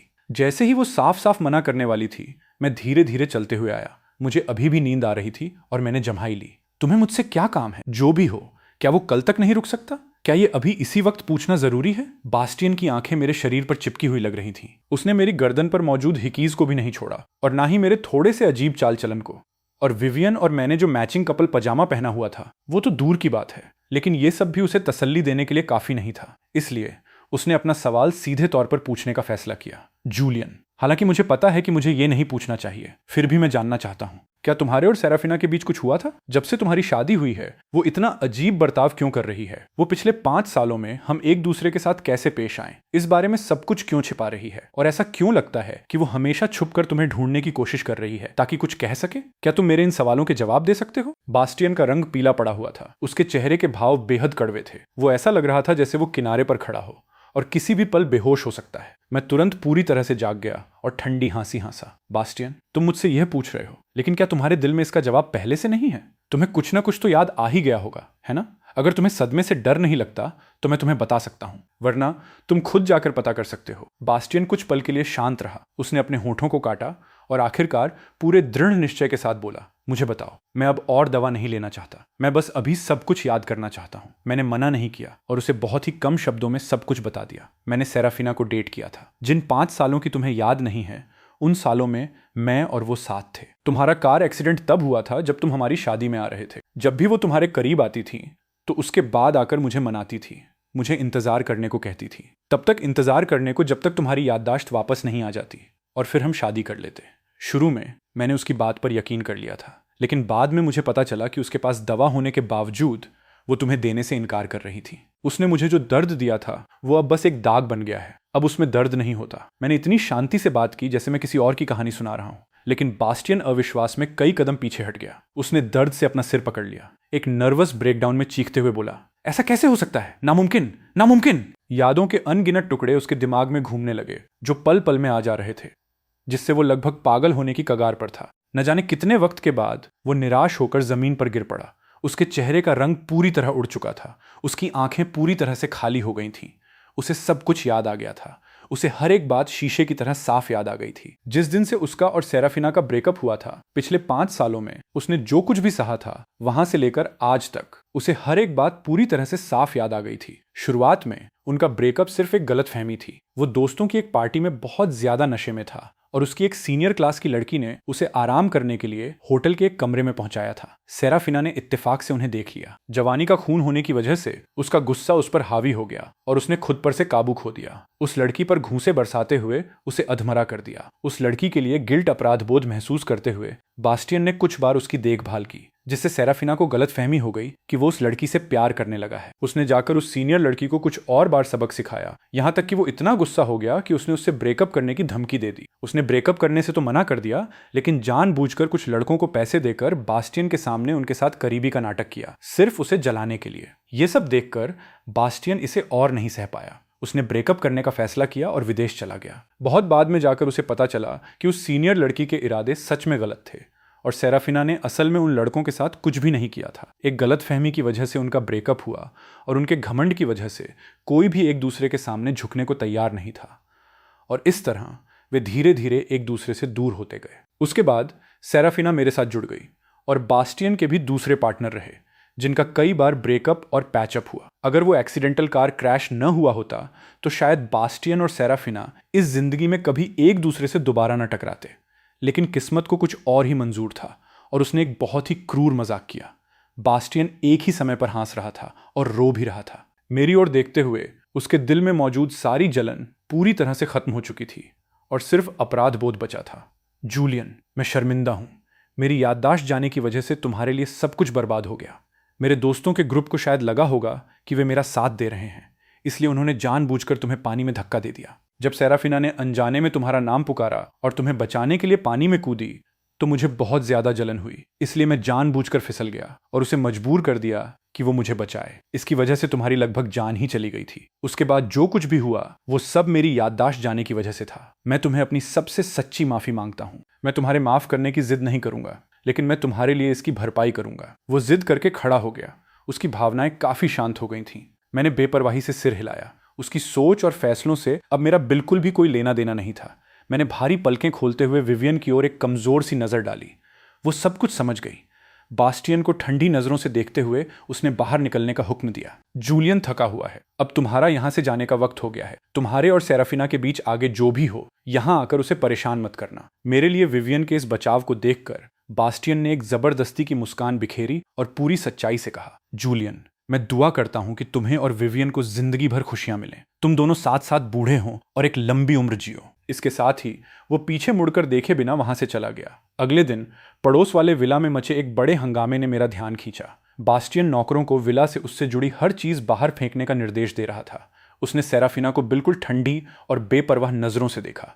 सेराफिना, मेरी याददाश्त वापस आ गई है। मैंने तुमसे बहुत पहले ही प्यार करना छोड़ दिया था। मुझे जूलियन और तुम्हारी शादी में शामिल होने के लिए देश वापस आने पर सच में बहुत पछतावा हो रहा है। अगर तुम्हारी वजह से नहीं तो हो सकता है मैं अब तक किसी और से शादी कर चुका होता। चलो अब कभी एक दूसरे से कोई संपर्क ना रखें। सेराफिना को इतना गुस्सा आ रहा था कि वो एक कड़वी हंसी हंसने लगी। बास्टियन, जब तुम्हारी याददाश्त चली गई थी तब तुम ही तो मुझसे चिपके हुए थे और मुझे छोड़ने को तैयार नहीं थे। तुमने कहा था कि तुम मुझसे प्यार करते हो, तो मुझे लगा कि मुझे भी तुम्हें वापस बिल्कुल वैसे ही प्यार करना चाहिए जैसे मैं अतीत में करती थी। मैं तुम्हारा दिल टूटना नहीं देख सकती थी, मैं तुम्हें सच जानने पर टूटते हुए नहीं देख सकती थी, इसलिए मैंने झूठ बोलने का फैसला किया। लेकिन अगर तुम सच में इतने ही समझदार हो, अगर तुमने सच में मेरे लिए अपनी भावनाएं पूरी तरह से खत्म कर दी हैं, तो तुम अपनी याददाश्त जाने के बावजूद इतने लंबे समय तक मेरे साथ कैसे उलझे रह सके। तुमने मुझे कभी जाने नहीं दिया, लेकिन मैं तुम्हें पहले ही जाने दे चुकी हूं। बास्टियन, अब तुम्हारा सच में यहां से जाने का वक्त आ गया है। वह उस दिशा में घूर रही थी जहां मैं खड़ा था और उसने बिना पल भर की भी हिचकिचाहट के ये कहा। कई नौकरों की मेहनत से पूरा विला एक बार फिर से खाली कर दिया गया था। बास्टियन ने कड़वी मुस्कान दी। उसके गालों पर लगातार आंसू लुढ़क रहे थे। तुम सही कह रही हो, मैं अभी भी तुम्हें पसंद करता था, लेकिन तुम्हारा ये सो कॉल्ड प्यार अब सच में मुझे बीमार कर रहा है। मुझे तुमसे कभी भी प्यार करने पर अफसोस है सेराफिना। तुम मुझसे उतना प्यार नहीं करती और तुमने जूलियन से भी उतना प्यार नहीं किया था। इस वक्त तुम जिस इकलौते इंसान से सच में प्यार करती हो वो तुम खुद हो। जूलियन तुम्हारे पास वापस नहीं आने वाला है। वो और विवियन बहुत खुश हैं। वो पीछे मुड़कर नहीं देखेगा। ये बात याद रखना। तुम ही वो थी जिसने उसे खुद अपने हाथों से अपनी बड़ी बहन को सौंपा था। बास्टियन ने बेपरवाही से अपने आंसू पोंछे, एक सूटकेस उठाया और पीछे मुड़कर देखे बिना वहां से चला गया। सेराफिना बहुत देर तक अपनी जगह पर सुन्न खड़ी रही।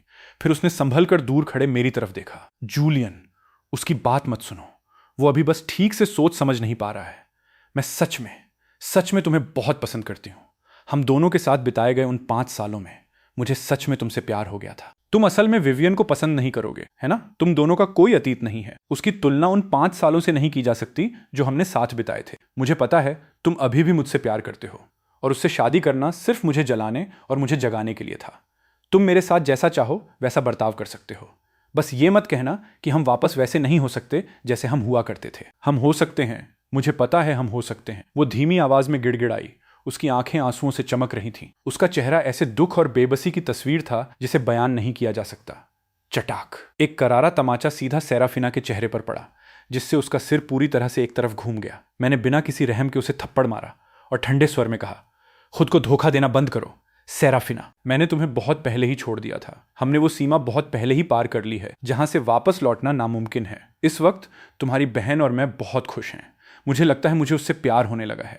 मुझे उम्मीद है कि तुम मुझे फिर कभी परेशान नहीं करोगी, छोटी बहन। मैंने बहन शब्द पर बहुत जोर दिया, खास तौर पर उसे उसकी हैसियत याद दिलाने के लिए। विवियन ने सेराफिना को एक धमकी भरी नजर से घूरा और फिर उसकी नजर मुझ पर पड़ी, जो बेहद कोमल हो गई थी। बस होने लगा है? लगता है मैंने अभी तक उतनी मेहनत नहीं की है। वो धीरे से हंसी, मुझे अपनी बाहों में उठाया और मुझे वापस घर के अंदर ले गई। दरवाजे के जोर से बंद होने की आवाज गूंजी। सेराफिना के पैरों में ऐसा लग रहा था जैसे सीसा भरा हो। हर एक कदम उठाना बहुत ही दर्दनाक था। वो दरवाजे को बहुत ही तीव्रता से घूरती रही, बस यही चाहती थी कि वो उसे घूर कर ही उसमें एक छेद कर दे। विवियन और मैं आगे क्या करने वाले थे, ये बात खुद ही साबित हो रही थी। उसके दिल को ऐसा लगा जैसे मांस का एक टुकड़ा बेरहमी से काट कर निकाल लिया गया हो, भयंकर दर्द से धड़कता हुआ, जिससे वो सांस लेने के लिए भी तड़प रही थी। हमारे प्यार को अपनी आंखों से देखना ऐसा लग रहा था जैसे अनगिनत चाकुओं से उसके दिल को एक एक टुकड़ा करके काटा जा रहा हो। सेराफिना को पता भी नहीं चला कि वो अपने घर के अंदर कैसे पहुंची। उस विशाल खाली हवेली को देखकर उसे सिर्फ एक बहुत बड़ी वीरानगी का एहसास हो रहा था। उसने नौकरों को शराब की कैबिनेट की सारी बोतलें खोलने का हुक्म दिया। उसने एक के बाद एक बोतलें पी ली, फिर भी उसे नशे का जरा सा भी एहसास नहीं हो रहा था। वो जितना ज्यादा पी रही थी, वो उतनी ही दर्दनाक हद तक होश में आती जा रही थी। देखते ही देखते उसके बगल में जमीन पर कई खाली बोतलें बिखर गईं। ये देखकर एक नौकर ने चिंता के मारे उसे चेतावनी देने की कोशिश की। सेकंड मिस, आपका पेट कमजोर है, आपको इतनी शराब नहीं पीनी चाहिए, आप बीमार पड़ जाएंगी। सेराफिना ने खुद को बर्बाद करने की धुन में एक खाली बोतल जमीन पर दे मारी। मैं बीमार पड़ जाऊंगी तो क्या हो जाएगा? अगर मैं ज्यादा शराब पीकर बीमार पड़ गई तो जूलियन मेरी फिक्र करेगा। ये कोई बुरी बात नहीं है। वो नौकर खौफ में कांपते हुए तेजी से वहां से भाग गया। उसने एक और बोतल उठाई और पीना जारी रखा। शराब उसकी गर्दन से होते हुए नीचे गिरी, उसके कपड़ों को भिगो दिया, लेकिन उसे जरा भी परवाह नहीं थी। उसकी आंखें सिर्फ उसके हाथ में पकड़ी बोतल पर टिकी थीं। उसे नहीं पता था कि उसने कितनी बोतलें गटक ली थीं कि आखिरकार उसका होश धुंधलाने लगा और उसके पेट में मथने जैसी मतली उठने लगी। एक जलन भरा, ऐंठन वाला दर्द उठ खड़ा हुआ। किसी वक्त बोतल उसके हाथ से फिसल गई। वो दर्द के मारे सिकुड़ कर एक गोल गेंद की तरह बन गई। उसके माथे पर ठंडा पसीना छलक आया। उसकी सांसें लगातार कमजोर होती जा रही थीं। ठीक तभी उसे मेरी धुंधली सी शक्ल अपनी आंखों के सामने दिखाई देने लगी। सेराफिना को लगा जैसे वो अतीत में वापस पहुंच गई हो। उस वक्त जब उसके पेट में दर्द होता था तो मैं घबराहट में उसकी दवा लेकर उसके पास दौड़ता था, उसे एक गिलास गर्म पानी देता था और बहुत ही सावधानी से उसका ठंडा पसीना पहुंचता था। मैं पेट को आराम देने वाला दलिया बनाता था और उसे खाने के लिए बहलाता था।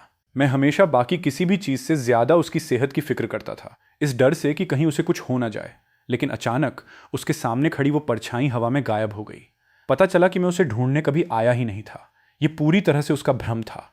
खांसते खांसते सेराफिना एक कड़वी हंसी हंसने लगी, क्योंकि उसके मुंह के किनारों से ताज़े खून की कुछ बूंदें निकल आई थीं। शायद दर्द ने उसे एक पल के लिए होश में ला दिया था। उसने टटोल कर अपना फ़ोन निकाला और अनजाने में ही मेरा नंबर डायल कर दिया। फ़ोन बहुत देर तक बजता रहा, उसके बाद उठ गया। जूलियन, मेरे पेट में बहुत दर्द हो रहा है, प्लीज़ मुझे बचा लो, वो कमज़ोरी से हाँफते हुए बोली।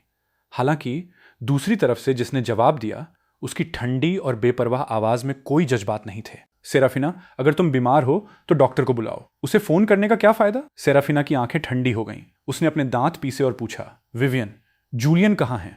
तुम उसका फ़ोन क्यों उठा रही हो? गुस्से ने उसे थोड़ी सी ताकत दे दी थी। विवियन ने जानबूझकर बहते हुए पानी की आवाज़ को स्पीकर से सुनाई देने दिया और एक ताने भरी हंसी हंसी। वो नहा रहा है, तुम्हें सुनाई नहीं दे रहा क्या? जैसे ही सेराफिना गुस्से में पागल होकर उसे गालियां देने ही वाली थी, विवियन ने फोन काट दिया। स्क्रीन पर दिखने लगा कि कॉल काट दी गई है। सेराफिना ने गुस्से में कई लंबी सांसें लीं, लेकिन फिर भी वो अपने पेट के उस भयंकर दर्द पर काबू नहीं पा सकी। उसके होश धीरे धीरे कम होने लगे और वो पूरी तरह से बेहोश हो गई। जब उसे दोबारा होश आया तो वो एक हॉस्पिटल के बिस्तर पर लेटी थी। अपने हाथ पर एक मजबूत पकड़ महसूस करते हुए उसने अनजाने में ही अपनी आंखें खोलीं और खुशी से चिल्लाई, जूलियन, तुम आए मुझसे मिलने। लेकिन शब्द उसके गले में ही घुट गए जब उसकी नजरें एक फिक्रमंद नर्स से मिली। मिस, आप किसी गलत इंसान को समझ रही हैं। मेरा नाम जूलियन नहीं है। आपका पेट खराब रहता है, बेहतर होगा कि आप भविष्य में कम शराब पिएं, ये आपकी सेहत के लिए बुरा है। नर्स ने प्यार से एक सलाह दी और कुछ नहीं कहा और अपने रूटीन के हिसाब से अगले कमरे में चली गई। तभी कैमिल अपना सफेद डॉक्टर वाला कोट पहने अंदर आई। उसने सेराफिना को देखकर भौहें सिकोड़ी। उसका लहजा बिल्कुल भी दोस्ताना नहीं था। सेकंड मिस सिंक्लेयर, तुम सच में कमाल हो। खुद को इतनी शराब पिला ली कि अल्कोहल पॉइजनिंग हो गई और पेट में छेद हो गया। लगभग आधी जान तो गैंवा ही दी थी। चलो अब बताओ, इस बार तुम किसके लिए खुद को मारने की कोशिश कर रही हो? मैंने सुना था तुम अभी जूलियन को बुला रही थी, क्या ये उसके लिए है? सेराफिना ने खामोशी से हाँ में सिर हिलाया। कैमिल की आंखें सदमे से चौड़ी हो गईं। तुम मजाक कर रही हो क्या? कुछ हफ्तों पहले बास्टियन था और अब तुम वापस जूलियन की तरफ मुड़ रही हो? तुम अपना दिमाग बहुत जल्दी बदल लेती हो। क्या तुमने ये नहीं कहा था कि जूलियन जलेगा नहीं और तुम्हें छोड़कर नहीं जाएगा? अब उसकी शादी विवियन से हो चुकी है। इस खुलासे ने कैमिल पर किसी बम की तरह प्रहार किया था, जिससे वो पूरी तरह से निशब्द रह गई। एक बिजी डॉक्टर होने के नाते वो विवियन की शादी के दिन एक सर्जरी में फंसी हुई थी और उसने बस एक गिफ्ट और एक शगुन का लिफाफा भिजवा दिया था। उसे कोई अंदाजा नहीं था कि बात यहां तक पहुंच चुकी है। कैमिल एक अजीब सी हंसी। उसने ज्यादा कुरेदने की कोशिश नहीं की और बस इतना कहा, अगर ऐसी बात है तो मैं जूलियन को बुलाने में तुम्हारी मदद करूंगी। तरस खाने वाला कार्ड खेल कर देखो, हो सकता है जब वो सुने कि तुम कितनी बीमार हो तो उसे दर्द हो और वो तुमसे मिलने आ जाए। Thank you. सेराफिना ने सिर हिलाया, अपने दिल में एक बेबुनियाद सी उम्मीद पाले हुए। हालांकि कैमिल की कॉल बहुत देर तक बजने के बाद भी नहीं उठी। ठीक जब सेराफिना को लगा कि मैं फोन नहीं उठाऊंगा,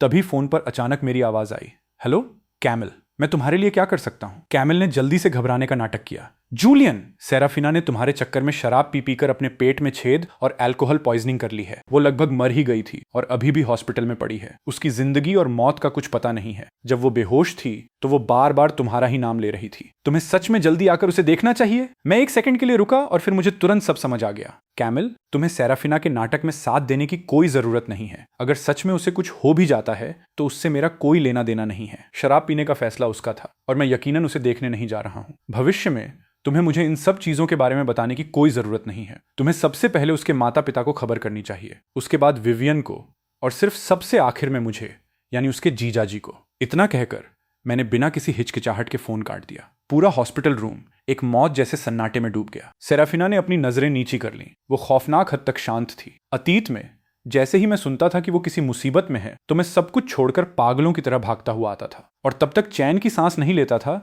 जब तक मैं उसे ठीक नहीं देख लेता था। लेकिन अब वो मुझसे फिक्र का एक शब्द तक नहीं पा सकी। कैमिल उसे दिलासा देने ही वाली थी कि उसकी नजर मेरे सोशल मीडिया के एक नए पोस्ट पर पड़ी। ये समंदर के किनारे हनीमून मनाते हुए मेरी और विवियन की फोटो थी। फोटो में विवियन के हमेशा ठंडे रहने वाले चेहरे पर एक हल्की सी मुस्कान थी। उसकी आंखें लगातार मेरा पीछा कर रही थीं। जिनमें एक छिपा हुआ प्यार था। हम दोनों हाथ पकड़े हुए थे, समंदर किनारे टहल रहे थे और तारों भरे आसमान के नीचे गले लगकर किस कर रहे थे।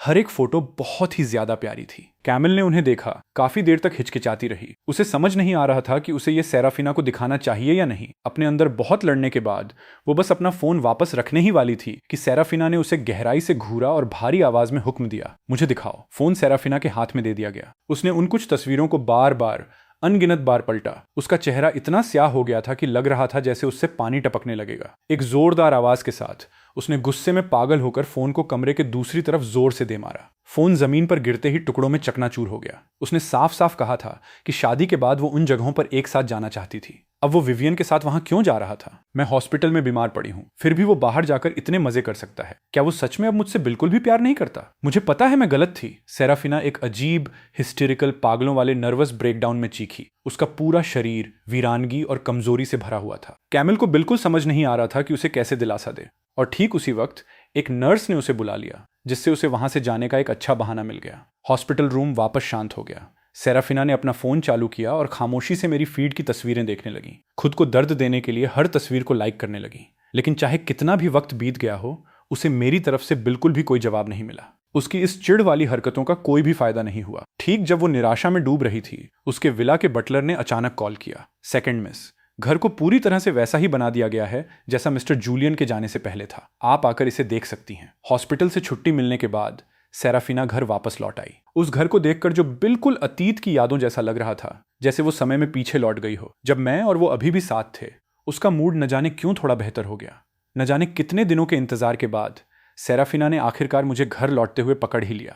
जैसे ही मैं कार से बाहर निकला, वो मेरा रास्ता रोकने के लिए आगे भागी और बहुत ही खुश करने वाले अंदाज में गिड़गिड़ाई, जूलियन देखो, मैंने हमारे विला को बिल्कुल वैसा ही बना दिया है जैसा ये पहले हुआ करता था। हम भी वापस अतीत में लौट सकते हैं। तुम्हारे दिल में मेरी बड़ी बहन के लिए कोई भावनाएं नहीं हैं, तो प्लीज मुझे जलाने के लिए उसका इस्तेमाल करना बंद कर दो, ठीक है? जैसे ही तुम उसे तलाक दोगे, हम इसी वक्त जाकर अपनी शादी रजिस्टर करवा सकते हैं। मैं ये नाटक कर सकती हूँ कि ऐसा कुछ कभी हुआ ही नहीं, बिल्कुल पहले की तरह। क्या तुम शादी नहीं करना चाहते थे? मैं वादा करती हूँ कि मैं मेरी बहन की दी हुई पार्टी से भी बड़ी शादी की तैयारी करूंगी। मैं यकीनन तुम्हें निराश नहीं करूंगी। मैं तुम्हारे साथ पहले से भी अच्छा बर्ताव करूंगी। मैं तुमसे और भी ज्यादा प्यार करूंगी। चलो फिर से शुरुआत करते हैं, ठीक है? वो बड़बड़ाती रही, हमारी ख्याली शादीशुदा जिंदगी की एक तस्वीर बनाती रही। यहां तक कि उसने हमारे होने वाले बच्चों के नाम भी सोच लिए और खुद को धोखा देकर ये नाटक करने लगी जैसे हमारे बीच की पुरानी लड़ाई कभी हुई ही नहीं थी। बोलते बोलते उसने मेरा हाथ पकड़ लिया और मुझे अपने विला की तरफ खींचने की कोशिश करने लगी। उसी वक्त विवियन ने सेराफिना की कलाई को कसकर पकड़ लिया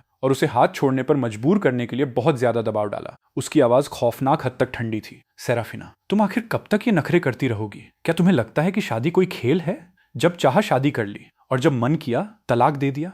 तुम आखिर मुझे और अपने जीजाजी को समझती क्या हो? तुम्हारी सनक पूरी करने के मोहरे? ऐसा लगता है परिवार ने तुम पर बहुत कम दबाव डाला है और तुम्हें बहुत कम सबक सिखाए हैं, जिसकी वजह से तुम अपनी मर्जी से ये सब कर पा रही हो। विवियन की आंखों में एक हड्डियां कंपा देने वाली दुश्मनी भरी थी जब उसने अपनी बहन को घूरा, लेकिन सेराफिना ने उसे पूरी तरह से नजरअंदाज कर दिया। विवियन को दूर धकेलते हुए उसने एक ठंडी हंसी हंसी। विवियन, तुम किसे बेवकूफ बनाने की कोशिश कर रही हो? जब जूलियन और मैं अभी भी साथ थे, तब भी तुम अपनी छोटी बहन के बॉयफ्रेंड पर छुपकर गंदी नजरें गड़ाए हुए थी और फिर तुमने उसे मुझसे चुरा लिया। क्या तुम्हारी हरकतें बड़ी बहन होने के तुम्हारे दर्जे के साथ इंसाफ करती हैं? वो सिर्फ मुझसे प्यार करता है। तुमसे शादी करके वो खुश नहीं रहेगा। उसकी जगह मेरे पास है। बोलते बोलते उसके गुस्से की आग और भी तेज भड़क उठी, यहां तक कि उसने अपना कंट्रोल खो दिया और विवियन के चेहरे पर सीधा एक मुक्का जड़ दिया। विवियन ने तेजी से एक तरफ हटकर उस वार से खुद को बचाया और साथ ही सेराफिना के घुटने पर एक जोरदार किक जड़ दी। दोनों बहनें एक भयंकर लड़ाई में उलझ गईं, जो एक दूसरे को कड़ी टक्कर दे रही थीं। मेरी भौहें और भी कसकर सिकुड़ गईं। सेराफिना को विवियन की आंख पर मुक्का मारते देख मैं अब और पीछे खड़ा नहीं रह सका। मैंने हाथ बढ़ाया और विवियन के सामने आ गया। सेराफिना, क्या तुम्हारा तमाशा खत्म हुआ? मैं अब तुमसे प्यार नहीं करता। मुझे लगता है मैंने अपनी बात बिल्कुल साफ कर दी है। हमने बहुत पहले ही वो सीमा पार कर ली है जहां से वापस लौटना नामुमकिन है। सेराफिना किसी तरह अपनी हवा में उड़ती हुई मुट्ठी को रोकने में कामयाब रही, क्योंकि वो मुझे चोट नहीं पहुंचाना चाहती थी। अंत में उसने अपनी मुट्ठी को बेरहमी से जमीन पर दे मारा। उसकी उंगलियों से खून बहने लगा, जिससे जमीन लाल हो गई। मैंने देखा कि उसे चोट लगी है, फिर भी मैंने इसे नजरअंदाज करना जारी रखा और ठंडे स्वर में कहा, विला वापस पहले जैसा बन सकता है, लेकिन हम कभी वापस वैसे नहीं हो सकते। हम अब वो इंसान नहीं रहे जो हम हुआ करते थे। मैं विवियन को तलाक नहीं देने वाला हूँ और यकीनन तुम्हारे पास तो बिल्कुल वापस नहीं आने वाला हूँ। इसे यहीं खत्म कर दो। मुझे मजबूर मत करो कि मैं तुमसे नफरत करने लगूं। मैं विवियन के साथ एक अच्छी जिंदगी जीना चाहता हूँ और मैं तुम्हारे साथ अब और नहीं उलझना चाहता। इतना कहकर मेरा चेहरा बेचैनी और फिक्र से भर गया। मैंने बहुत ही सावधानी से विवियन के चेहरे पर आई खरोंचों को छुआ। क्या इसमें बहुत दर्द हो रहा है? चलो घर चलते हैं और इस पर थोड़ी दवा लगा लेते हैं। विवियन ने किसी तरह एक मुस्कान बिखेरी, मेरा हाथ पकड़ा और बेपरवाही से ना में सिर हिलाया। मैं ठीक हूं, यह बस एक छोटी सी खरोंच है। मैं सोच रही हूं कि सेराफिना को तजुर्बा हासिल करने के लिए विदेश वाली ब्रांच में भेज दूं, ताकि वो हकीकत कबूल करने से पहले हमें परेशान ना करती रहे। तुम क्या कहते हो? मैंने सिर हिलाया। ये ठीक रहेगा, तुम जैसा कहो। हम दोनों बातें करते और हंसते हुए घर की ओर चल दिए। साफ था कि विवियन को बहुत ज्यादा चोट नहीं आई थी, लेकिन मेरी फिक्रमंद नजरें एक बार भी उसके शरीर से नहीं हटी। सेराफिना चुपचाप हमारी दूर जाती हुई पीठ को देखती रही और अपने आप पर हंसते हुए एक ताना मारा। हे, मैं नहीं जाना चाहती जूलियन। मुझे सारी बातें समझ आ रही हैं, लेकिन मैं बस तुम्हें छोड़ने के लिए खुद को तैयार नहीं कर पा रही हूं। उसने वो एक वाक्य अपने आप से बुदबुदाया। वो दर्द उसके शरीर के हर घाव में गूंज रहा था, लेकिन किसी भी शारीरिक घाव से कहीं ज्यादा बुरा यह एहसास था कि अब सब कुछ उसका था, विवियन का। सेराफिना ने अपने घावों को पकड़ लिया। उसे दर्द बढ़ता हुआ महसूस हो रहा था। भले ही उसके विला को बहुत ही बारीकी से उसके पुराने रूप में बदल दिया गया था, फिर भी सब कुछ बिल्कुल गलत लग रहा था। उस घर में मेरी मौजूदगी का एक नामो निशान भी नहीं था। ये इतना ठंडा और खाली था कि इसे घर कहना मुश्किल लग रहा था। सोफे पर, किचन में, बेडरूम में, मेरा चेहरा अब वहां कभी नजर नहीं आएगा। मैं उसकी बहन के पास उसी तरह रहूंगा जैसे मैं उसके पास रहा करता था, लेकिन मैं अब कभी उसके पास नहीं रहूंगा। उसने सपने में भी नहीं सोचा था कि एक दिन जब उसे और विवियन को एक साथ चोट लगेगी तो मैं बिना पल भर की हिचकिचाहट के विवियन को चुनूंगा। विवियन को चुनना तो एक बात थी, लेकिन मैंने उसके लिए फिक्र का एक शब्द तक नहीं कहा। मेरी और उसकी चैट हिस्ट्री में अनगिनत मैसेज उसी ने खुद से भेजे थे और उसे मेरी तरफ से एक भी जवाब मिले हुए सदियां बीत चुकी थीं। सेराफिना चुपचाप चैट हिस्ट्री को घूरती रही और उस अतीत वाले मुझे बहुत ही दर्दनाक तरीके से याद करती रही, जिसने उसे इतनी गहराई से प्यार किया था। मैं उसे उसकी गलती मान लेने का एक मौका क्यों नहीं दे सकता था? उसे सच में पता था कि वो गलत थी। वो मुझसे फिर कभी झूठ नहीं बोलेगी और बास्टियन से उसका रिश्ता पूरी तरह से खत्म हो चुका था। मैं उसे माफ क्यों नहीं कर सकता था? सेराफिना को हार का एक बहुत ही गहरा एहसास हुआ। अगले दिन विवियन द्वारा भेजे गए आदमी सेराफिना के दरवाजे के बाहर पहुंच गए। सेकंड मिस, प्रेसिडेंट सिंक्लेयर ने हमें हुक्म दिया है कि हम आपको विदेश वाली ब्रांच में आपकी नई पोस्ट संभालने के लिए ले जाएं। सेराफिना का चेहरा स्याह हो गया और उसने बिना किसी हिचकिचाहट के इनकार कर दिया। मैं नहीं जा रही हूं। उसे पता था कि विवियन उसे दूर भेजने के लिए इस तरीके का इस्तेमाल कर रही थी, जैसे कि उन्हें इसी रिएक्शन की उम्मीद थी। बॉडीगार्ड्स ने बिना किसी हाव भाव वाले चेहरे के साथ उसे घेर लिया। सेकंड मिस, ये प्रेसिडेंट के आदेश हैं। अगर हमें जोर जबरदस्ती करनी पड़े तो हमें माफ कीजिएगा। वे बॉडीगार्ड्स बहुत ही उम्दा ट्रेनिंग लिए हुए थे। हालांकि सेराफिना भी अच्छे से लड़ना जानती थी, लेकिन अंत में वो अकेली पड़ गई। उसे बांध दिया गया और एयरपोर्ट की तरफ जाने वाली एक कार में धकेल दिया गया। उसके अंदर की नफरत और गुस्सा उबलने लगा। उसे ही क्यों पीछे हटना चाहिए? अगर जूलियन सच में उससे प्यार करता था तो चिंता की क्या बात थी? सेराफिना ने अपनी मुट्ठियां कसकर भींच लीं। उसके पतले होंठ एक सख्त लकीर में बदल गए और उसमें से एक जमा देने वाली ठंडी आभा निकल रही थी। बॉडीगार्ड्स थोड़े से सिकुड़ गए और उनके पास कुछ अच्छी नीयत वाली सलाह देने के अलावा कोई चारा नहीं बचा। सेकंड मिस, हमारे हाथ बंधे हैं। एक बार जब आप विदेश चली जाएंगी तो आप वहां भी अपना हुनर दिखा सकती हैं। आप आज नहीं तो कल वापस आ ही सकेंगी। पूरे सफर के दौरान सेराफिना पूरी तरह से चुप रही, जैसे उसने आखिरकार अपनी हकीकत को कबूल कर लिया हो। हालांकि जैसे ही कार एयरपोर्ट पर पहुंची, बॉडीगार्ड्स बस एक सेकंड के हिस्से के लिए थोड़े लापरवाह हुए।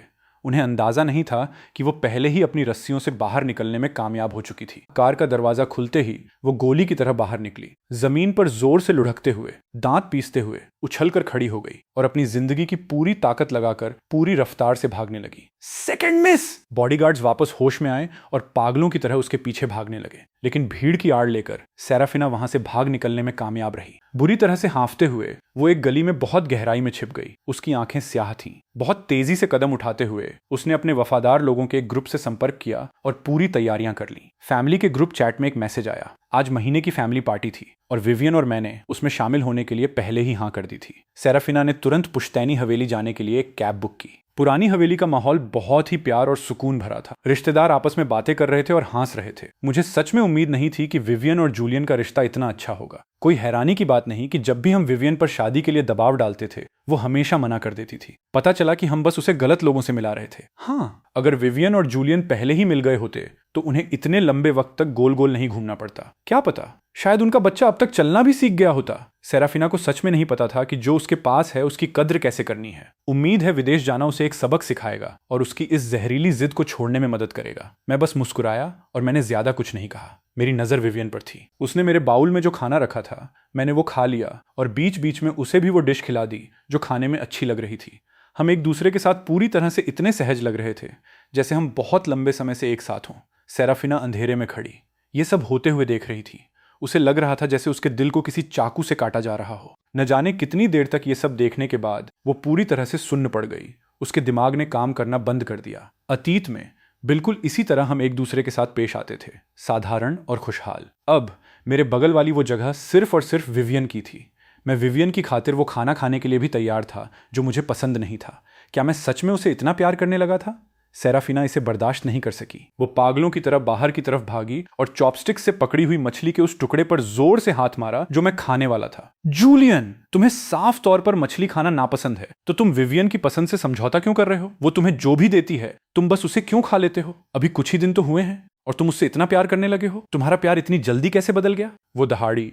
उसकी आंखों के किनारे लाल हो रहे थे, लेकिन मुझे यह सब बहुत मजाकिया लग रहा था। सेराफिना, तुम्हें गलत याद है। मुझे मछली खाना पसंद है। वो तो इसलिए क्योंकि तुम्हें मछली खाना नापसंद था, इसलिए मैंने कहा था कि मुझे ये पसंद नहीं है। अतीत में मैं लगातार तुम्हारी पसंद का ख्याल रखता था। अब जब हम अलग हो चुके हैं तो क्या मुझे अपनी खुद की सच्ची पसंद और नापसंद रखने का हक नहीं है?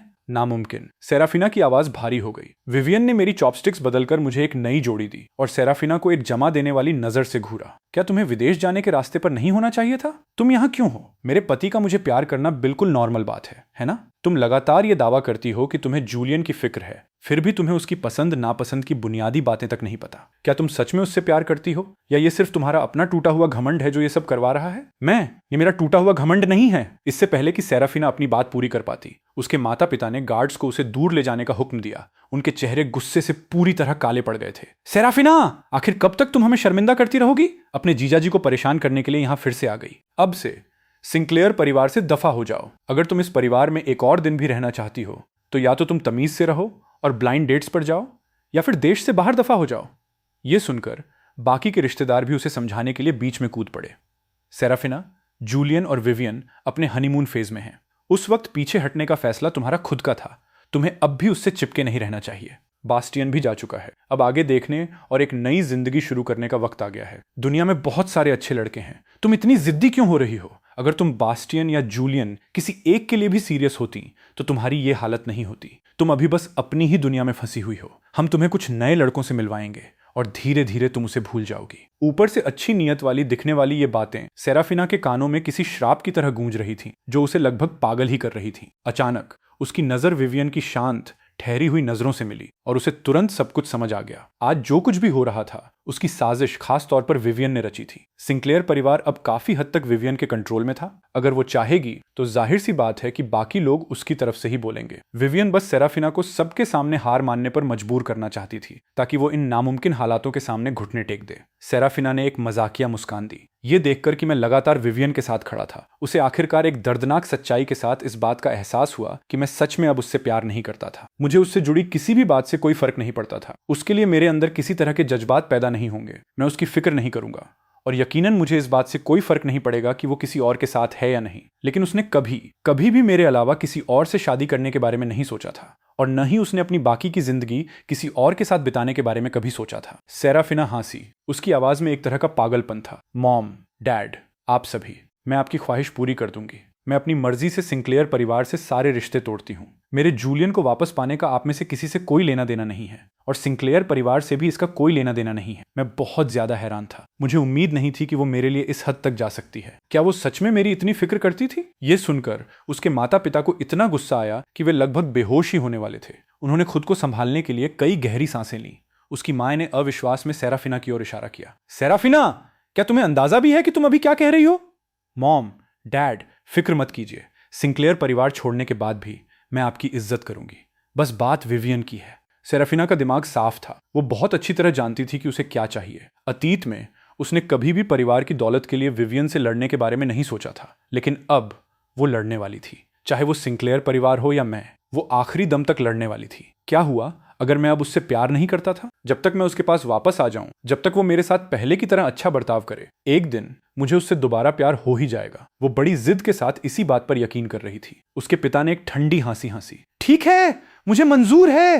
परिवार के अनुशासन के कोड़े की 10 मार खाने के बाद तुम अब सिंक्लेयर परिवार का हिस्सा नहीं रहोगी। इतना कहकर उन्होंने एक खौफनाक और ठंडा कोड़ा निकाला जिसे हवा में चटकाया गया। फिर भी सेराफिना ने अपनी रीढ़ की हड्डी बिल्कुल सीधी रखी, बिना पलक झपकाए परिवार के पूर्वजों के सामने घुटने टेक दिए। चटाक चटाक। उन 10 कोड़ों के लिए उसके पिता ने अपनी पूरी ताकत लगा दी। फर्श उसके खून से लाल हो गया था, लेकिन उसने ऐसा बर्ताव किया जैसे उसे कुछ महसूस ही नहीं हो रहा हो। उसका चेहरा इतना पीला पड़ गया था कि उसमें खून की एक बूंद तक नहीं दिख रही थी। उसने ऊपर मेरी तरफ देखा और मुस्कुराते हुए बिना आवाज निकाले 3 शब्द कहे, तुम मेरे हो। मेरे पूरे शरीर में सिहरन दौड़ गई और मैंने बहुत गहरी भौहें सिकोड़ी। कितनी पागल है। मुझे उसके इस पागलपन वाले जुनूनी प्यार की कोई जरूरत नहीं थी। ये मेरे लिए सिर्फ अनगिनत मुसीबतें ही लेकर आएगा। उस पल से मैं अपने सास ससुर के बर्ताव में अपने प्रति एक बदलाव महसूस कर सकता था। भले ही उन्हें समझदारी से यह पता था कि यह सेराफिना की गलती थी, फिर भी उनके लिए अपने गुस्से का कुछ हिस्सा गलत तरीके से मुझ पर न निकालना बहुत मुश्किल था। ठीक तभी विवियन ने मुझे अपनी बाहों में खींच लिया और कोमलता से मुझे दिलासा दिया, फिक्र मत करो, मेरे यहाँ रहते हुए वो कोई तूफान खड़ा नहीं कर सकती। तुमने मुझसे शादी की है, मेरे माता पिता से नहीं। तुम्हें इस बात की ज्यादा चिंता करने की जरूरत नहीं है कि वो क्या सोचते हैं। वो आखिरकार हमें समझ ही जाएंगे। मैंने सिर हिलाया। ये अच्छी बात है, मैं तुम्हारी बात मानूंगा। वो पारिवारिक दावत एक कड़वाहट के साथ खत्म हुई। उस दिन के बाद मैंने सेराफिना को बहुत ही कम देखा।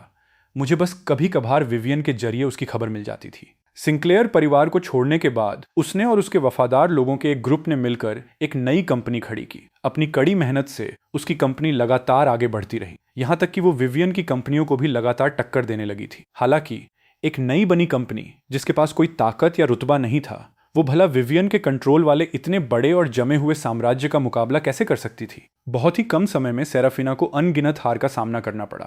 विवियन को खुद मैदान में उतरने की भी जरूरत नहीं पड़ी। दोनों कंपनियों के बीच का फासला एक बहुत बड़ी खाई जैसा था, जिसे इतने कम वक्त की मेहनत से नहीं भरा जा सकता था। और तो और विवियन की खुद की एक बहुत ही कामयाब कंपनी भी थी, जिसे उसने बरसों पहले विदेश में शुरू किया था। बहुत ही कम वक्त में सेराफिना को साफ तौर पर एहसास हो गया कि उसके और उसकी बहन के बीच कितना बड़ा फासला है। चाहे वो इसकी भरपाई करने की कितनी भी कोशिश कर ले, इतने कम वक्त में बराबरी कर पाना नामुमकिन था। लेकिन उसे किसी भी बात का पछतावा नहीं था। यह तब तक चला जब तक एक दिन मैं विवियन को एक बिजनेस डिनर से पिक करने गया था और रेस्टोरेंट के बाहर मेरी मुलाकात सेराफिना से हो गई, जो वो भी वहां बिजनेस के सिलसिले में आई थी। बहुत लंबे अरसे बाद हमने एक दूसरे को सबके सामने ऐसे देखा था। जब हम आखिरकार दोबारा मिले तो सेराफिना ने अनजाने में ही अपनी नजरें घुमा लीं। वो पहले से कहीं ज्यादा थकी हुई और मुरझाई सी लग रही थी। अब उसने इंटरनेशनल डिजाइनर्स के कस्टम हैंडमेड सूट नहीं पहने थे, बल्कि किसी आम से लग्जरी ब्रांड के कपड़े पहने थे। सालों तक देर रात तक जागने और ओवरटाइम काम करने की वजह से उसकी आंखों के नीचे हमेशा के लिए डार्क सर्कल्स पड़ गए थे